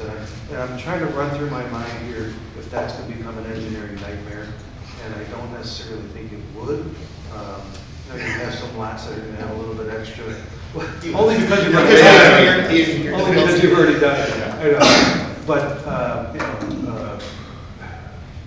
if you're talking an extra at the maximum 10 feet of water pipe, 10 feet of sewer on a lot, and building that into a lot, premiums and stuff. Sure. I know you gotta, move a lot of stuff on your computer. It's all right. Here's what I could say. Obviously, we can't speak to what's gonna be built, but if the two-car garage gets built, there's obviously a lot more room on that lot. There are also several lots out here that have utilities going through the sides that we have easements over that are wider than the 5-foot setback. So there are lots that are gonna be restricted to have more breathing room. I wanna say maybe there's 8 to 10, I think, just the way the drainage works, that it cuts across. So there are gonna be spots where you're going to get that relief, but if somebody wants to buy a 3-car garage on a lot that'll accommodate it, I'm sure they're gonna sell it. So it's not like we can restrict a lot from that sale unless there's, the underlying easement or something that would prohibit it. I hear that an engineer is never happier than when they have a problem to solve. Wow. This guy likes rest. Give him something to show on. Once in a while. Should we send back staff and they can talk to One other quick question. I want to approach this carefully, but I do want to ask because I've got the audience. When we started on this smaller side yard setback, it was prior to a public hearing that occurred a number of weeks ago, and me and my competitors talk. We talk a lot. And so there's been this shift of what we kind of anticipated as a relative discussion item from this 5.5 feet side yard setbacks, 7.5 feet setbacks, and now kind of this 6 foot kind of setback discussion. Is that the 6 foot setback when we look at either single stories and or single story garages? Any interest in us exploring that to try to also kind of taking all comments back, and trying to find that wider lot distribution, some 6s, some 7.5s, anything of that nature that kind of sparks an interest or worth a discussion? I 1.5 is, I think, just too small, whether it's a 1-story garage against another 1-story garage. I think that is just too small. That is not what the neighborhood, the subdivision, was expecting. That's not what in the PDD says. I would like to see 7.5. If you have some kind of restriction, I'm willing to look at it, but there's, if you have a restriction, this one next to it has to have a 7.5 or maybe even a larger side setback. If this one has a 5 and it's only got a 1-story, garage, I could potentially see that, but I do not like the 5 foot. I think whether it's 1-story and 1-story on either side, I think that is too tight, too dense for this subdivision. Can I ask a question? So anytime you propose the 3rd car, it wasn't with living space above that 3rd car? That's correct. There's no 3rd So car. all the 3rd car bays are single story that to accommodate the 3rd car garage, and that's why the side yard setback. That's correct. So the side yard setback with a 3rd car, would be your 10 foot side to side. But behind the set, but the massing of the house, you would have actually 20 additional feet, So you would have 30 foot, side to side. Just as an architect who has done home remodel for a very long time, always think about somebody buying that and then building over that garage. Not if we- Now, if you restrict it, yes. And that's what my thought, that's what I guess I was gonna ask. And I appreciate you asking because, they're gonna be looking at another big section in how many plans. Well, yeah, And I appreciate that. When I think of reducing a 5 foot for a 3-car, I would expect that it would not have a mirrored 3-car on the other side with a 5 foot. I would expect the full side yard. So if we were going to say, okay, we'll give you a 5 foot on if there's a 3-car, I would want the house next to it though to have a restriction against it being a 3-car with the 5 foot setback as well. You know, That's hard for the salesperson. yeah, yeah, it is. Yeah, I would. But you know what, they got software that sells. No, no, they don't, that's for salespeople, they don't. So I think we gotta look at this area, units 5 and 6, and just focus on that. Well, I think we They- can they make can comments talk. about it, and I think, you know, if they're gonna be planning something else, they wanna know whether they should be planning it or not. Well, come in for a concept review for that. Yeah, I think it's good discussion. Seems too dense. I'd be more willing to flex some of that other green space, like you said, President Khan, later with some of these larger lots that the Park District would maintain, the HOA would maintain. It's just too dense for me. We also have mixed use in here that's likely not gonna happen. This was really the Mill Creek plan, if you will. And their commercial lost in the center with no true access beyond the homes is not gonna come to fruition there. So you're gonna cut that out and you're gonna absorb those. Community center with Yeah. this swimming pool Yeah, and. you're gonna absorb some of that with lots. That's what it's sold. That's what it was. You know, yeah. Right, yeah. He was a resident. That's what was sold to us. Trustee Yeah. Lonnie? I think there's a need. You can come build it. I think there's a need for the higher density. I think clearly there's a need, otherwise I don't believe that they'd be looking at this. I think there's a right place and right time for it as well. I think that we've discussed this with other projects. I don't necessarily have a problem with closer setbacks. I think as things are changing, people, like I've said this time and time again, people don't want these large yards, they don't want these, or they want less to maintain. My biggest concern in this subdivision is people purchased going into this thinking it's one way, and now we're kind of changing the rules through it. Whereas in other subdivisions that may occur within our town, you know, if they're buying, knowing what they're buying going into it, for the subdivision. So I'm not a big fan here with this setback. I would like to see it a larger setback as well. I think the thing is too, with this particular subdivision is they have ebbed and flowed already. Like, you know, it was supposed to be one thing and then it had to transition away from that because the market, you know, isn't creating those rear lots, those alley lots anymore. So they're living through quite a bit of change as if you were original homeowner in the subdivision. I think there is a way to accommodate the idea of that 5-yard side yard. We did approve it in another area. I think the bigger thing here is going from this and transitioning the way it is now into what you're proposing is 19 additional lots. And I appreciate the fact that you can't build, and that if that's a restriction over that third car, because visually that will give you more width between homes. So I'm on the fence on how you manage that. I know Trustee Michaels is saying that's a logistical nightmare for the sales team to be able to say what can be done where. But it sounds like there's a big consensus of the board wanting larger side yard setbacks. If you have another creative way to accommodate, to still have some with and some without, but overall planning, I think that you're going to need to make that, to accommodate the 3-car, because people want a 3-car. I mean, they're buying this price point, to the gentleman's point earlier, they're not necessarily a first-time home buyer, maybe you're seeing that, but I mean, you can't have enough garage space, it seems, at least in our house anyway. We have a 3-car and storage unit, so. If I could answer, just for your knowledge, roughly a third to half of the new residents in Sellers Ridge are families with 2 small children.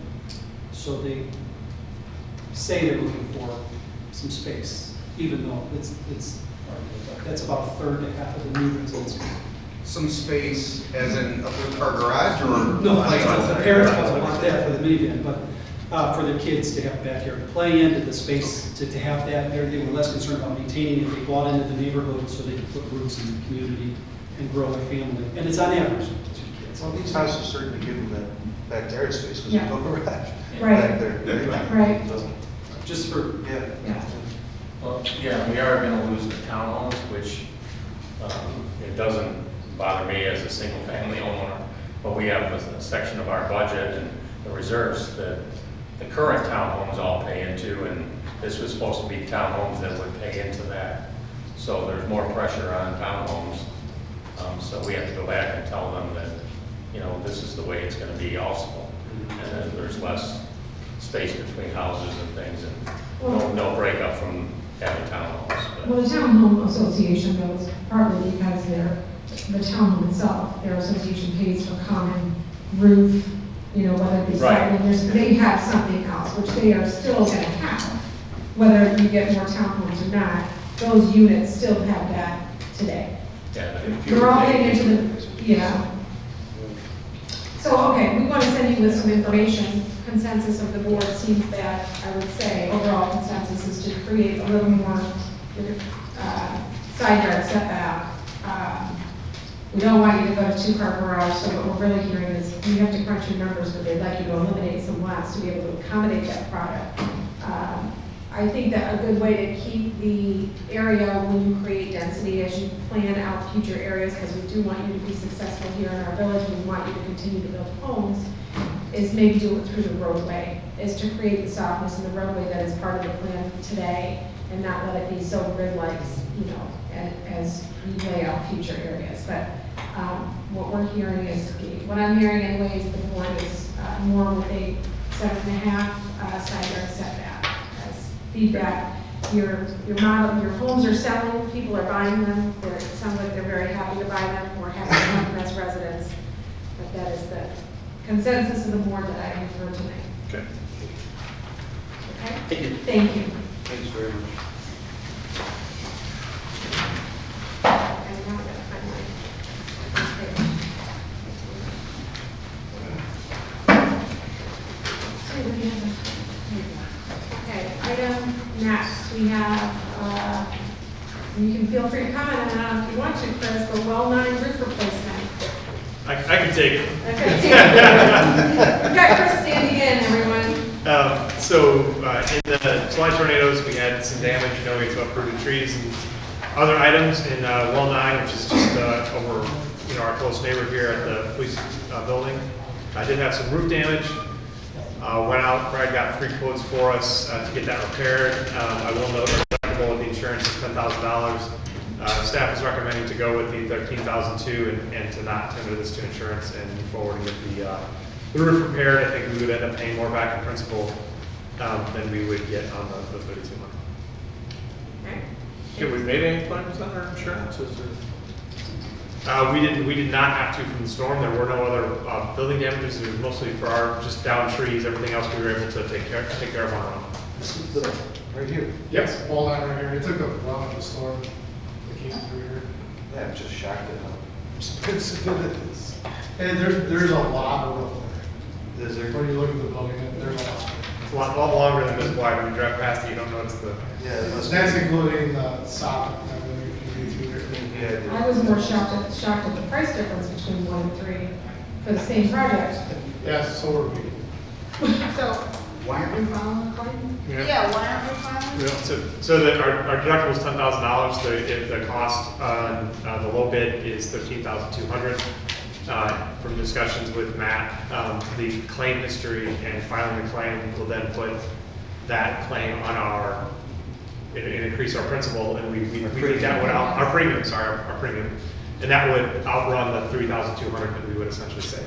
And over time, especially if we have other claims that we need to file in the coming years. So we need to hope for a bigger tornado. Okay. Right, and that's, But have we made premium, have we ever put a claim on our insurance?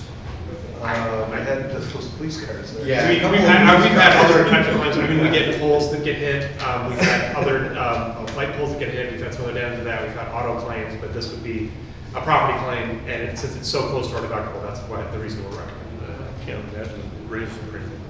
I do believe it was about 10 years ago, we put a new roof on Wall 10 for hail damage. I believe that was insurance claim. I'll say that was $125,000. So, yeah, when it makes sense, it makes sense. okay.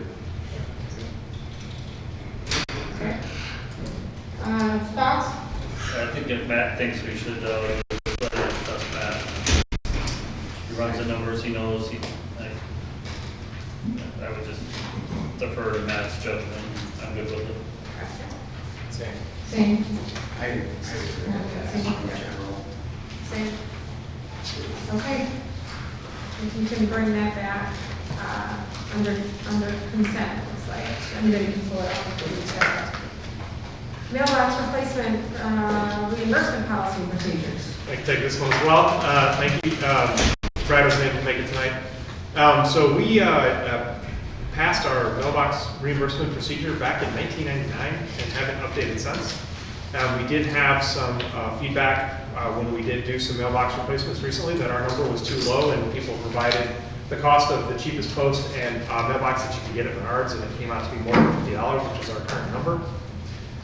Staff is recommending to go from $50 to $100. We've got some comps from some local communities. Yorkville's 132, Oswego's 100, North Aurora's 100, Batavia's 50, Geneva's 75. We do about 5 mailbox replacements per year, and we're not looking to give them a Cadillac of mailboxes if there is damage, but, and this does happen sometimes with snow plowing, but we thought that we didn't want to be the highest, we also didn't feel comfortable being the lowest, so our recommendation from staff is to change this to $100. Okay. So, questions? I think 2 or 3. I think we've had 3 replaced. And so, yes, the $50, we got it, no problem. I will say the village was completely, I mean, it was easy to get that. But yes, I've had experience with at least 2, maybe 3 times. And it was more than $50 when we did it years ago. We haven't had it happen in probably the last 6 years. Plastic mailbox on plastic posts, so then. Yeah. Where's the two of them plastic? I think what Brad said too is on average, here you go, what's in the board report, 5 mailbox replacement reimbursements. But he said even on average, it's almost like maybe 5 or 6 a year. I don't know, Chris, you can. In that area. Yeah, it's not significant dollars. No, To be able to I make the resident a little happier with today's pricing. I mean, we live right as the curve starts, and that's one of those prime areas with the snowplow that hit. So I would have no problem going to the 100. Perfect.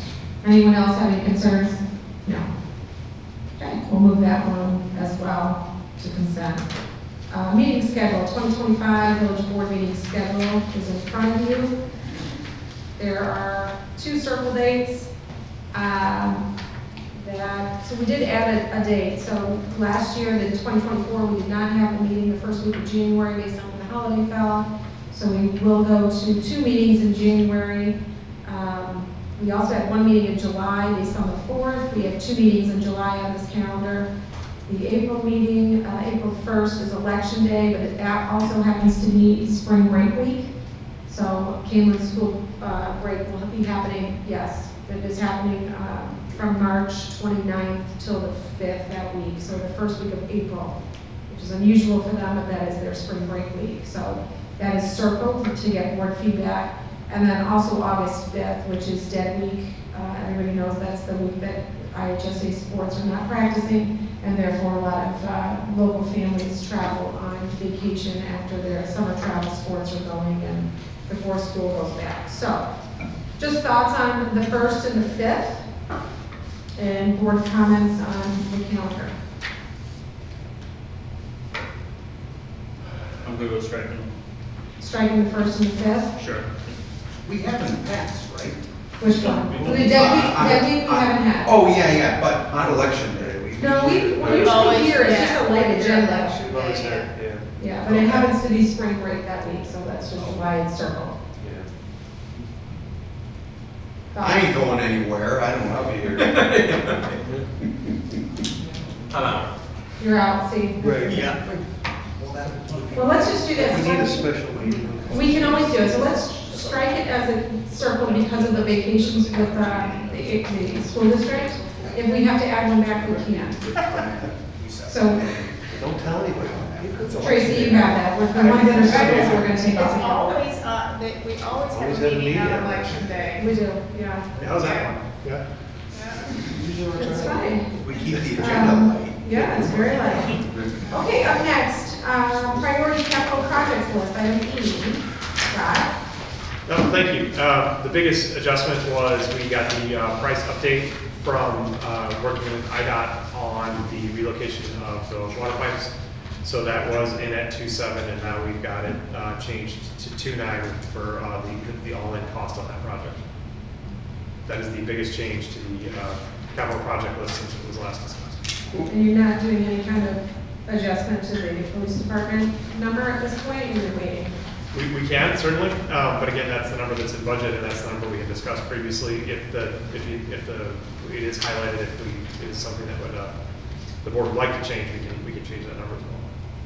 I just think the board should know that that's probably light based on what we saw as presentations that came through last time. Just be prepared for that, and I think staff has been trying to work with a working number of $4 million in light of the last information that came forward. So we'll address it as things, as Courtney and Clark and staff works with them, and we see what those numbers look like. But I just think plant the seed in your head that it might be closer to that number. But there's probably, proposals that will be in front of you that you'll make decisions on whether you don't want to see something and you want to save the money on it. But so you know where staff's head's at regarding the number for that capital project. Well, then should we update the number if that's what staff is working on? It's with the numbers we're getting for a remodel price per square foot and addition if we had the Sally Port, it's 3 is not. We're gonna have to cut a lot to get to 3. So 4 is a more realistic number for a lot of the things that it sounded like the consensus was to do when we did discuss it previously. If you can, go ahead. Is there a reason the sidewalk improvements for Lakes of Bliss Woods on this, would we not do that with the roads when we redo the road system? And if we need to defer to Brad. No.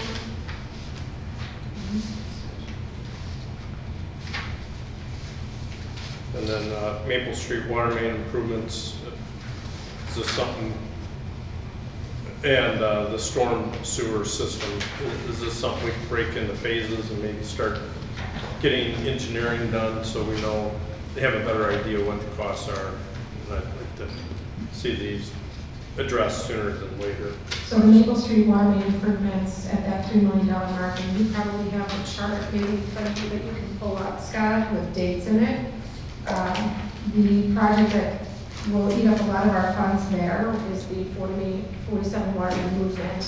So we likely won't be able to start tackling this project knowing that between the 2 projects, we're certainly going to have to bond for at some point. So I know staff is looking into, Scott, you can speak to it, IEP loans, different options that would be very low interest rate loan. But there are 2 major water main projects that have to be addressed. And the first one that's going to come in front of us is going to be at 47. So we've already signed with IDOT that we're looking to spend about 2.9, I think, there on that relocation. So I don't know that we can spend any additional money today, but we can wait for Brad to come back, and Sean, we can bring that back as a discussion item, or at least take a note of it for a question, so when we have that, unless you can chime in from a water standpoint. Is it for the Maple Street project? Yes. Not knowing being an engineer or anything, but I think it'll be a project where water mains put in the road like we did doing the woods, storm sewer project all at the same time. Probably gonna be designed all together. Yeah. How long is it gonna take to do the engineering for something like that? Okay. But isn't that contemplated though, are we, and maybe this is a Brad question, but you know this as well as he does, stormwater management though. Yeah, there's an issue with stormwater on Maple Street, yes. So would we be putting in gutter that's gonna have a detention somewhere at the same time we're tearing up the road, putting in water main? Then I'm not sure on where it's gonna go, but I know Brad's been discussing a lot of storm sewer, I know for quite a while. That's, again, why I asked it, Yeah. start the engineering sooner than later, because there's a lot of questions. Yeah. I don't even know if. Does that have to flow though with Prairie Glen? I feel like that, all that has to flow to Prairie Glen, and then you have to create storm water management there.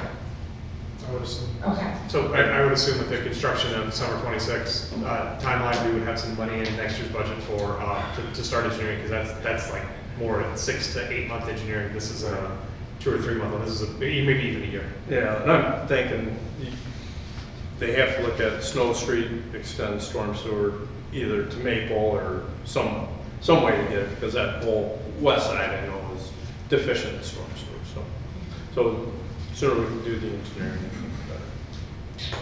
And I'll double check with Brad on the sidewalk improvement for Lakes at West Woods, and it might be that it didn't time out perfectly with the roads, but that's why it's in there as a separate item, but I'll double check on that. I also, maybe you can speak to this, Chris, if you know, there are, from conversations with Brad, there are a lot of trip hazards in Lakes of West Woods, a lot of them. And a woman fell last year, I don't know if we had a claim on that. There's another child that fell too, I believe, too. The child was in, I thought, Walnut Was Woods. it Walnut Woods? That was in your neck of the woods. but Yeah, there is a lot of Yeah, you're trip like, hazards. it's on the record. It's like, all right, don't know. There's a lot of Lakes of West Woods, yes. We've got some trip hazards too. We do have insurance claims, is what I'm saying. Okay. Okay. So we'll get that, if you can just have Brad bring it up, maybe next meeting, be prepared for discussion on that. Yeah, we'll leave it on their general business. Okay. Resolution approving an IGA with the Illinois Emergency Management Mutual Aid System. Chief. Thank you. So the Village of Sugar Grove is represented at the Kane County Emergency Management Coordinators meetings. It's comprised of all the professional emergency managers in all the municipalities, cities, and villages. We were informed back in August that Kane County, which currently we have all the municipalities have an IGA with, it's old, it's outdated, it's not going to be updated. They're not going to put the time or energy to update it. What they have asked is all municipalities sign off on a statewide mutual aid agreement. And the reason being is if a major event happens here in Sugar Grove, yes, we can use under the existing plan, we can utilize emergency managers from other Kane County agencies to come in and help us and the resources. However, if a large part of Kane County, like all these tornadoes have happened, gets hit, our resources are going to be depleted extremely quickly. If it's a long-term event, we need to bring in other resources, and that's why the plan across the state is everyone to sign on to a statewide mutual aid agreement, similar to what happens with the fire department and the police department through ILEAS. So the Kane County's agreement's going to sunset, expire as of December 1st. They've asked all agencies to sign on to the statewide one. So the agreement's attached. As a local, all the coordinators are all in support of this, and it's just going to bring people in from a different part of the area that can help out. Thank you, Chief. Happy to answer any questions. What does this commit us to vis-a-vis Chicago, let's say? So for us, it's only in resources. So the emergency managers would be pulled in for someone like if something hit Chicago. Hit us, and it was multi-days. We wouldn't be able to support 24 hours a day. Look at the hurricanes or something else that happened down in Florida or other areas. That's an extensive weeks and months long process. So Chicago would probably pull in other resources. We can only commit, and we're not required to commit, what we have available. We might be able to do a 4-hour, 8-hour, or whatever it may be, but other municipalities and people would be pulled in.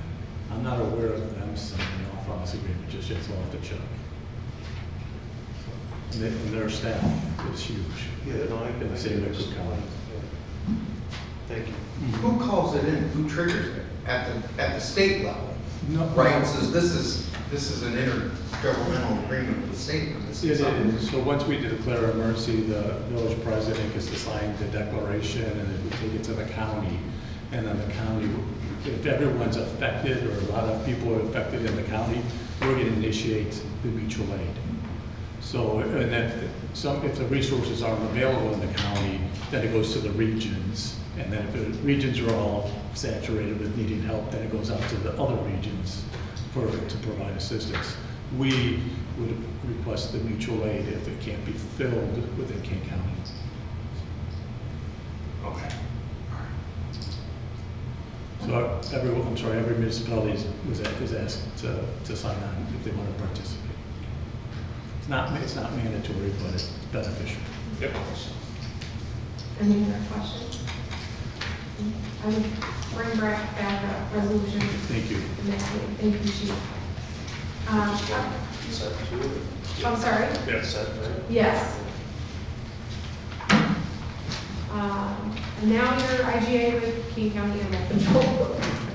So back in 2007, the Village of Sugar Grove participated in the King County Animal Control IGA. This IGA has typically been, has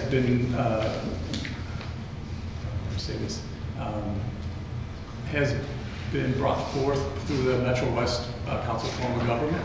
They've negotiated on behalf of all the municipalities with the county, since King County mostly has animal control.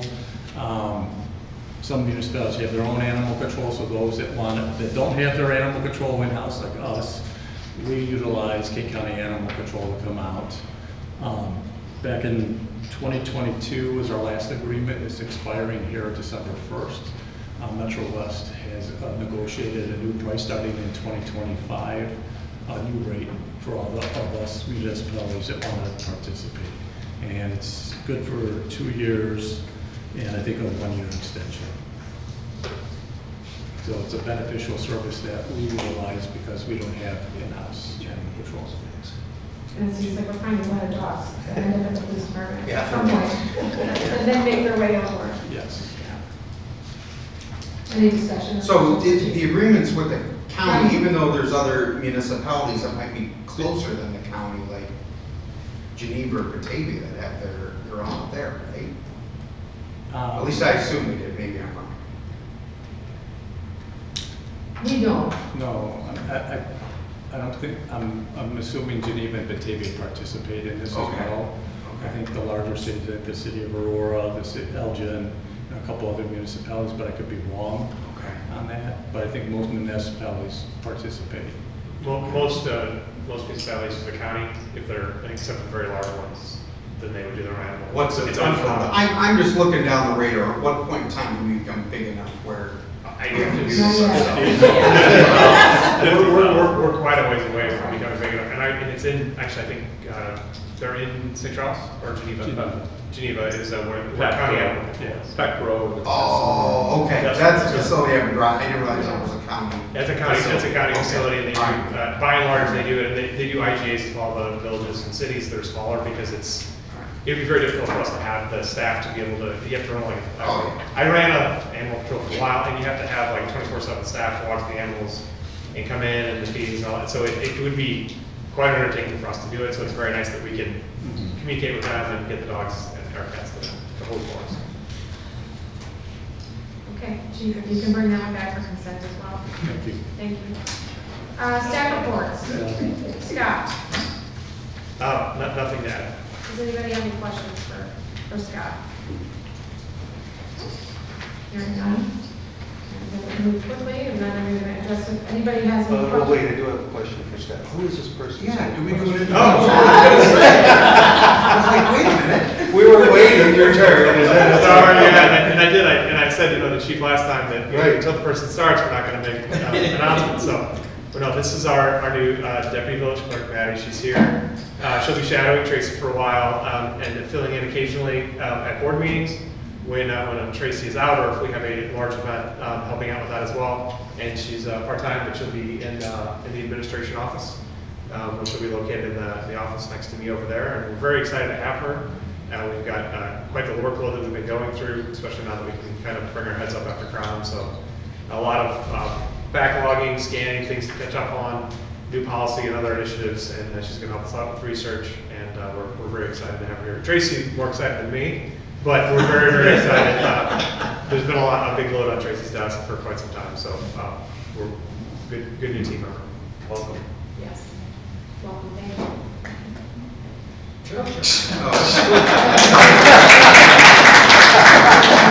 And her first day was the training day yesterday, so she got to meet all of the employees and was specifically called out a few times, and I'm sure she enjoyed about being the new person in the room. So. Wow. Great first day. Okay. I'm going to skip over Matt unless anybody has any questions. Contact him directly if you do. she's obviously not here, as well as Danny. If there's anything on her staff report that you think Scott can answer or you have a question with. I will note that Matt and Danny are at the BSNA conference that was in Milwaukee this year, so we were able to fit in budget more people, not having to get flights and get them to go. They've already reported back to me that they're very excited at some of the new community development items that they're able to incorporate and we're able to bring to the community to ease the, and hopefully offer more things online and incorporate it into the finance system even better. So it's very valuable that Danny was able to go as well, and it's just gone to the cloud. It's been a successful build out, so we're happy to have staff there learn. Thank you. Chief Rowland, it's been a busy time for the police department. Thank you. So just, obviously I sent the email about the fatal hit and run. We're still investigating that. Trustee Michael was tonight let me know that the spouse, the former spouse, was a fellow trustee of the village Yeah. board. So, Mr. Zoki served on the board for 14 years. some sad information on that. If I can draw your attention to the screens. Just one promo video that was sent to me.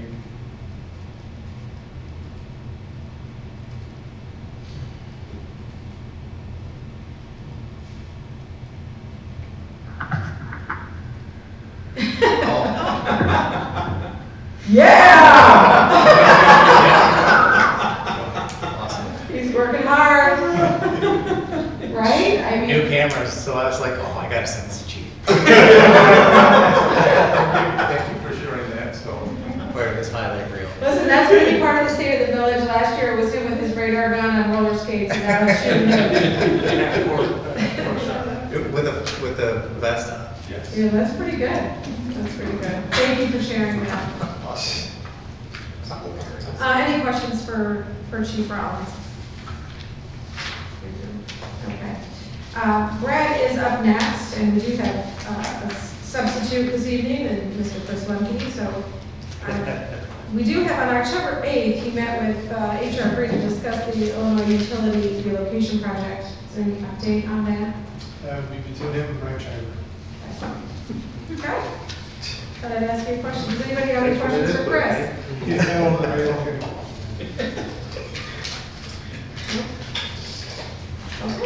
Thanks, Chris, for sitting in for him. Stellar job. Yes. He was here, he They're answered stellar. questions, it was great. That was great. Michael Casa. Yeah, just two brief items. One, you may be familiar with the company in town called Terrazon. They're a utility services company, very good company. And they made a decision to move to a nicer office space. They're really fast growing, and so they contacted me and asked if we could help find them, put them in touch with the folks from Morgan and Associates who were leasing out 769 Heartland, and showed them the site. They reached terms the next day, and after that they signed the lease. So they're going to be moving in November, and also in November they will be the subject of a cover story in a national publication for their industry. And so when that comes out, they're going to make the announcement on the new office space, as well as we'll make sure that everyone here sees the story that's going to come. So they're getting national attention for being a leader in their industry. So great people. The second thing I want to mention was in my report is that the state of Illinois, marketing arm, Intersect Illinois, puts out a publication every year. This is their economic development guide. We use this to recruit companies to the state. We use it at the trade shows. And so for the second year in a row, we took an ad out in the guide. Scott's passing around a copy. And Becky Wilt, our economic development assistant, designed the ad. And we've already gotten some calls because of it. It's only been out a few weeks. I would ask if I could get those 2 copies back. They only gave us 5 as an advertisement.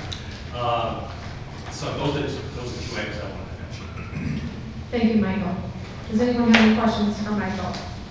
Yeah, you mentioned there your second line, A+ driving, are they looking at a storefront in town? Yes, they are. They're looking to open a driving school, and they would like a storefront with some visibility. Do we have space enough for them right now? We've got a space that they're looking at. Fabulous. Yes. All right, good. Good people. They're two Yeah. couples, both Turkey Grove residents, they're teachers, and they're gonna take kind of a new endeavor, a mission. The franchise that they're It's a getting into, franchise, yes. that's Good for them, good for them. All right. I got 2 kids getting ready to drive it. And I'm sick of driving them up to, Green light? yeah. Batavia? Yeah. Any other questions for Michael? Hearing none, trustee reports, trustee Michaels? None. Okay. Trustee White? Trustee Lindy? Nothing, I'll be attending the library board meeting is on the 23rd, so. Okay, perfect. Thank you for that. Trustee Karen? Nothing new. Thank you. Trustee Bonnie? No, Madam President. Thank you, sir. Trustee Jonas? No, I'm all good. Okay. President report, we met last week, so there is nothing new that's happened, okay? Was it last week? I feel like we meet every week, so I don't have anything to add. Thank you all for your presence this evening. I'd like a motion to adjourn. To adjourn. Okay, first. Second. Trustee White, second. Trustee Jonas, roll call, please. Trustee White? No. Trustee Thomas? Yes. Trustee Michaels? Yep. Trustee Lindy? Yes. Trustee Heron? Yes. Trustee Bonnie? Yes. Motion passes. Thank you. 5-1. I'm they're gonna make you break the tie. I would never. The latest tie break in history. The nail biter.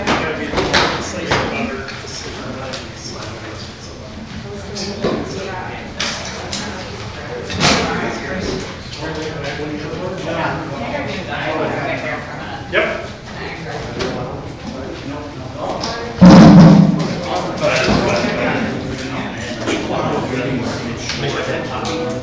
I gave it back to you. Oh, okay.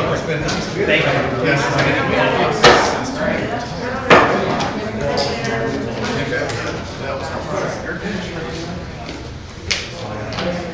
We did, and I will tell you this, we've had discussions a lot. This building is going to be, taken over. It's not going to go on the we're going to be able to look around the library space for the, trash section for our meetings, and I know that the library is, we know it's fast. It's painful, we know it, but it's like, you don't want to spend the money and everything else. So I'm sorry. Sorry, thank you for coming.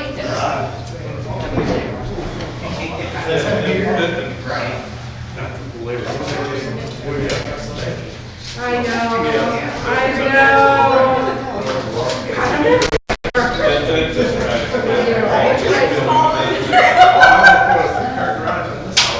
Oh, I gotta check the septic scan. Small. These salespeople are saying,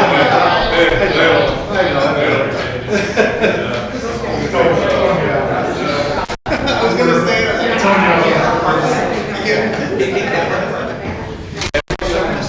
Every time. don't know, because part of the engineering team. I'm sorry, I didn't get to see you. We didn't have anything to say. Just not happening today.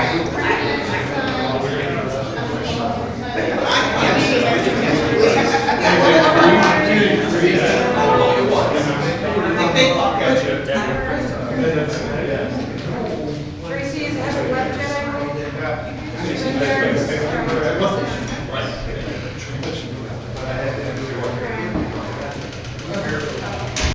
that what we need for a big?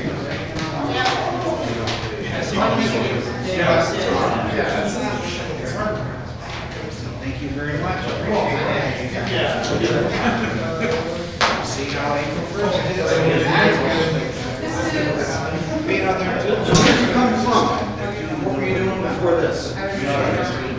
Oh, all right. There you go. You can give that, you can carry it, give it to Tracy, but it's not right to do. No, actually.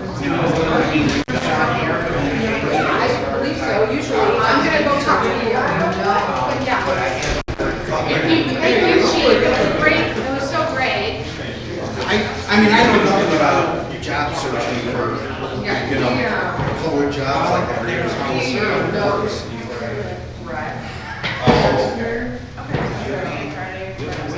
Well, cool. Welcome. And I'm not as obnoxious, so. I'm ready. Well, we're just closing the door real quick. Thank you. Oh, Lord, what is she doing? I'm missing a small discussion. Are we supposed to be in there? Is that why she was shutting the door? No. I don't think so. Oh, okay. I'm ready for trustees. Oh, yeah. You told me this is a great story. You told us. Yes, I am. No, I am not. Okay, that's a fundraiser. We got going with established. We have to go to police, so we had 2 people in the audience. I don't think I've ever seen that process. Last meeting was just me. I was the only one, I only got the county's number because we were talking about. No, obviously Sean, Jamie, and my understanding is she's not running it. So it's like, I was like, yeah. My understanding. All the state she's made. Nobody made any public comments. Yes. It doesn't feel right. Something that's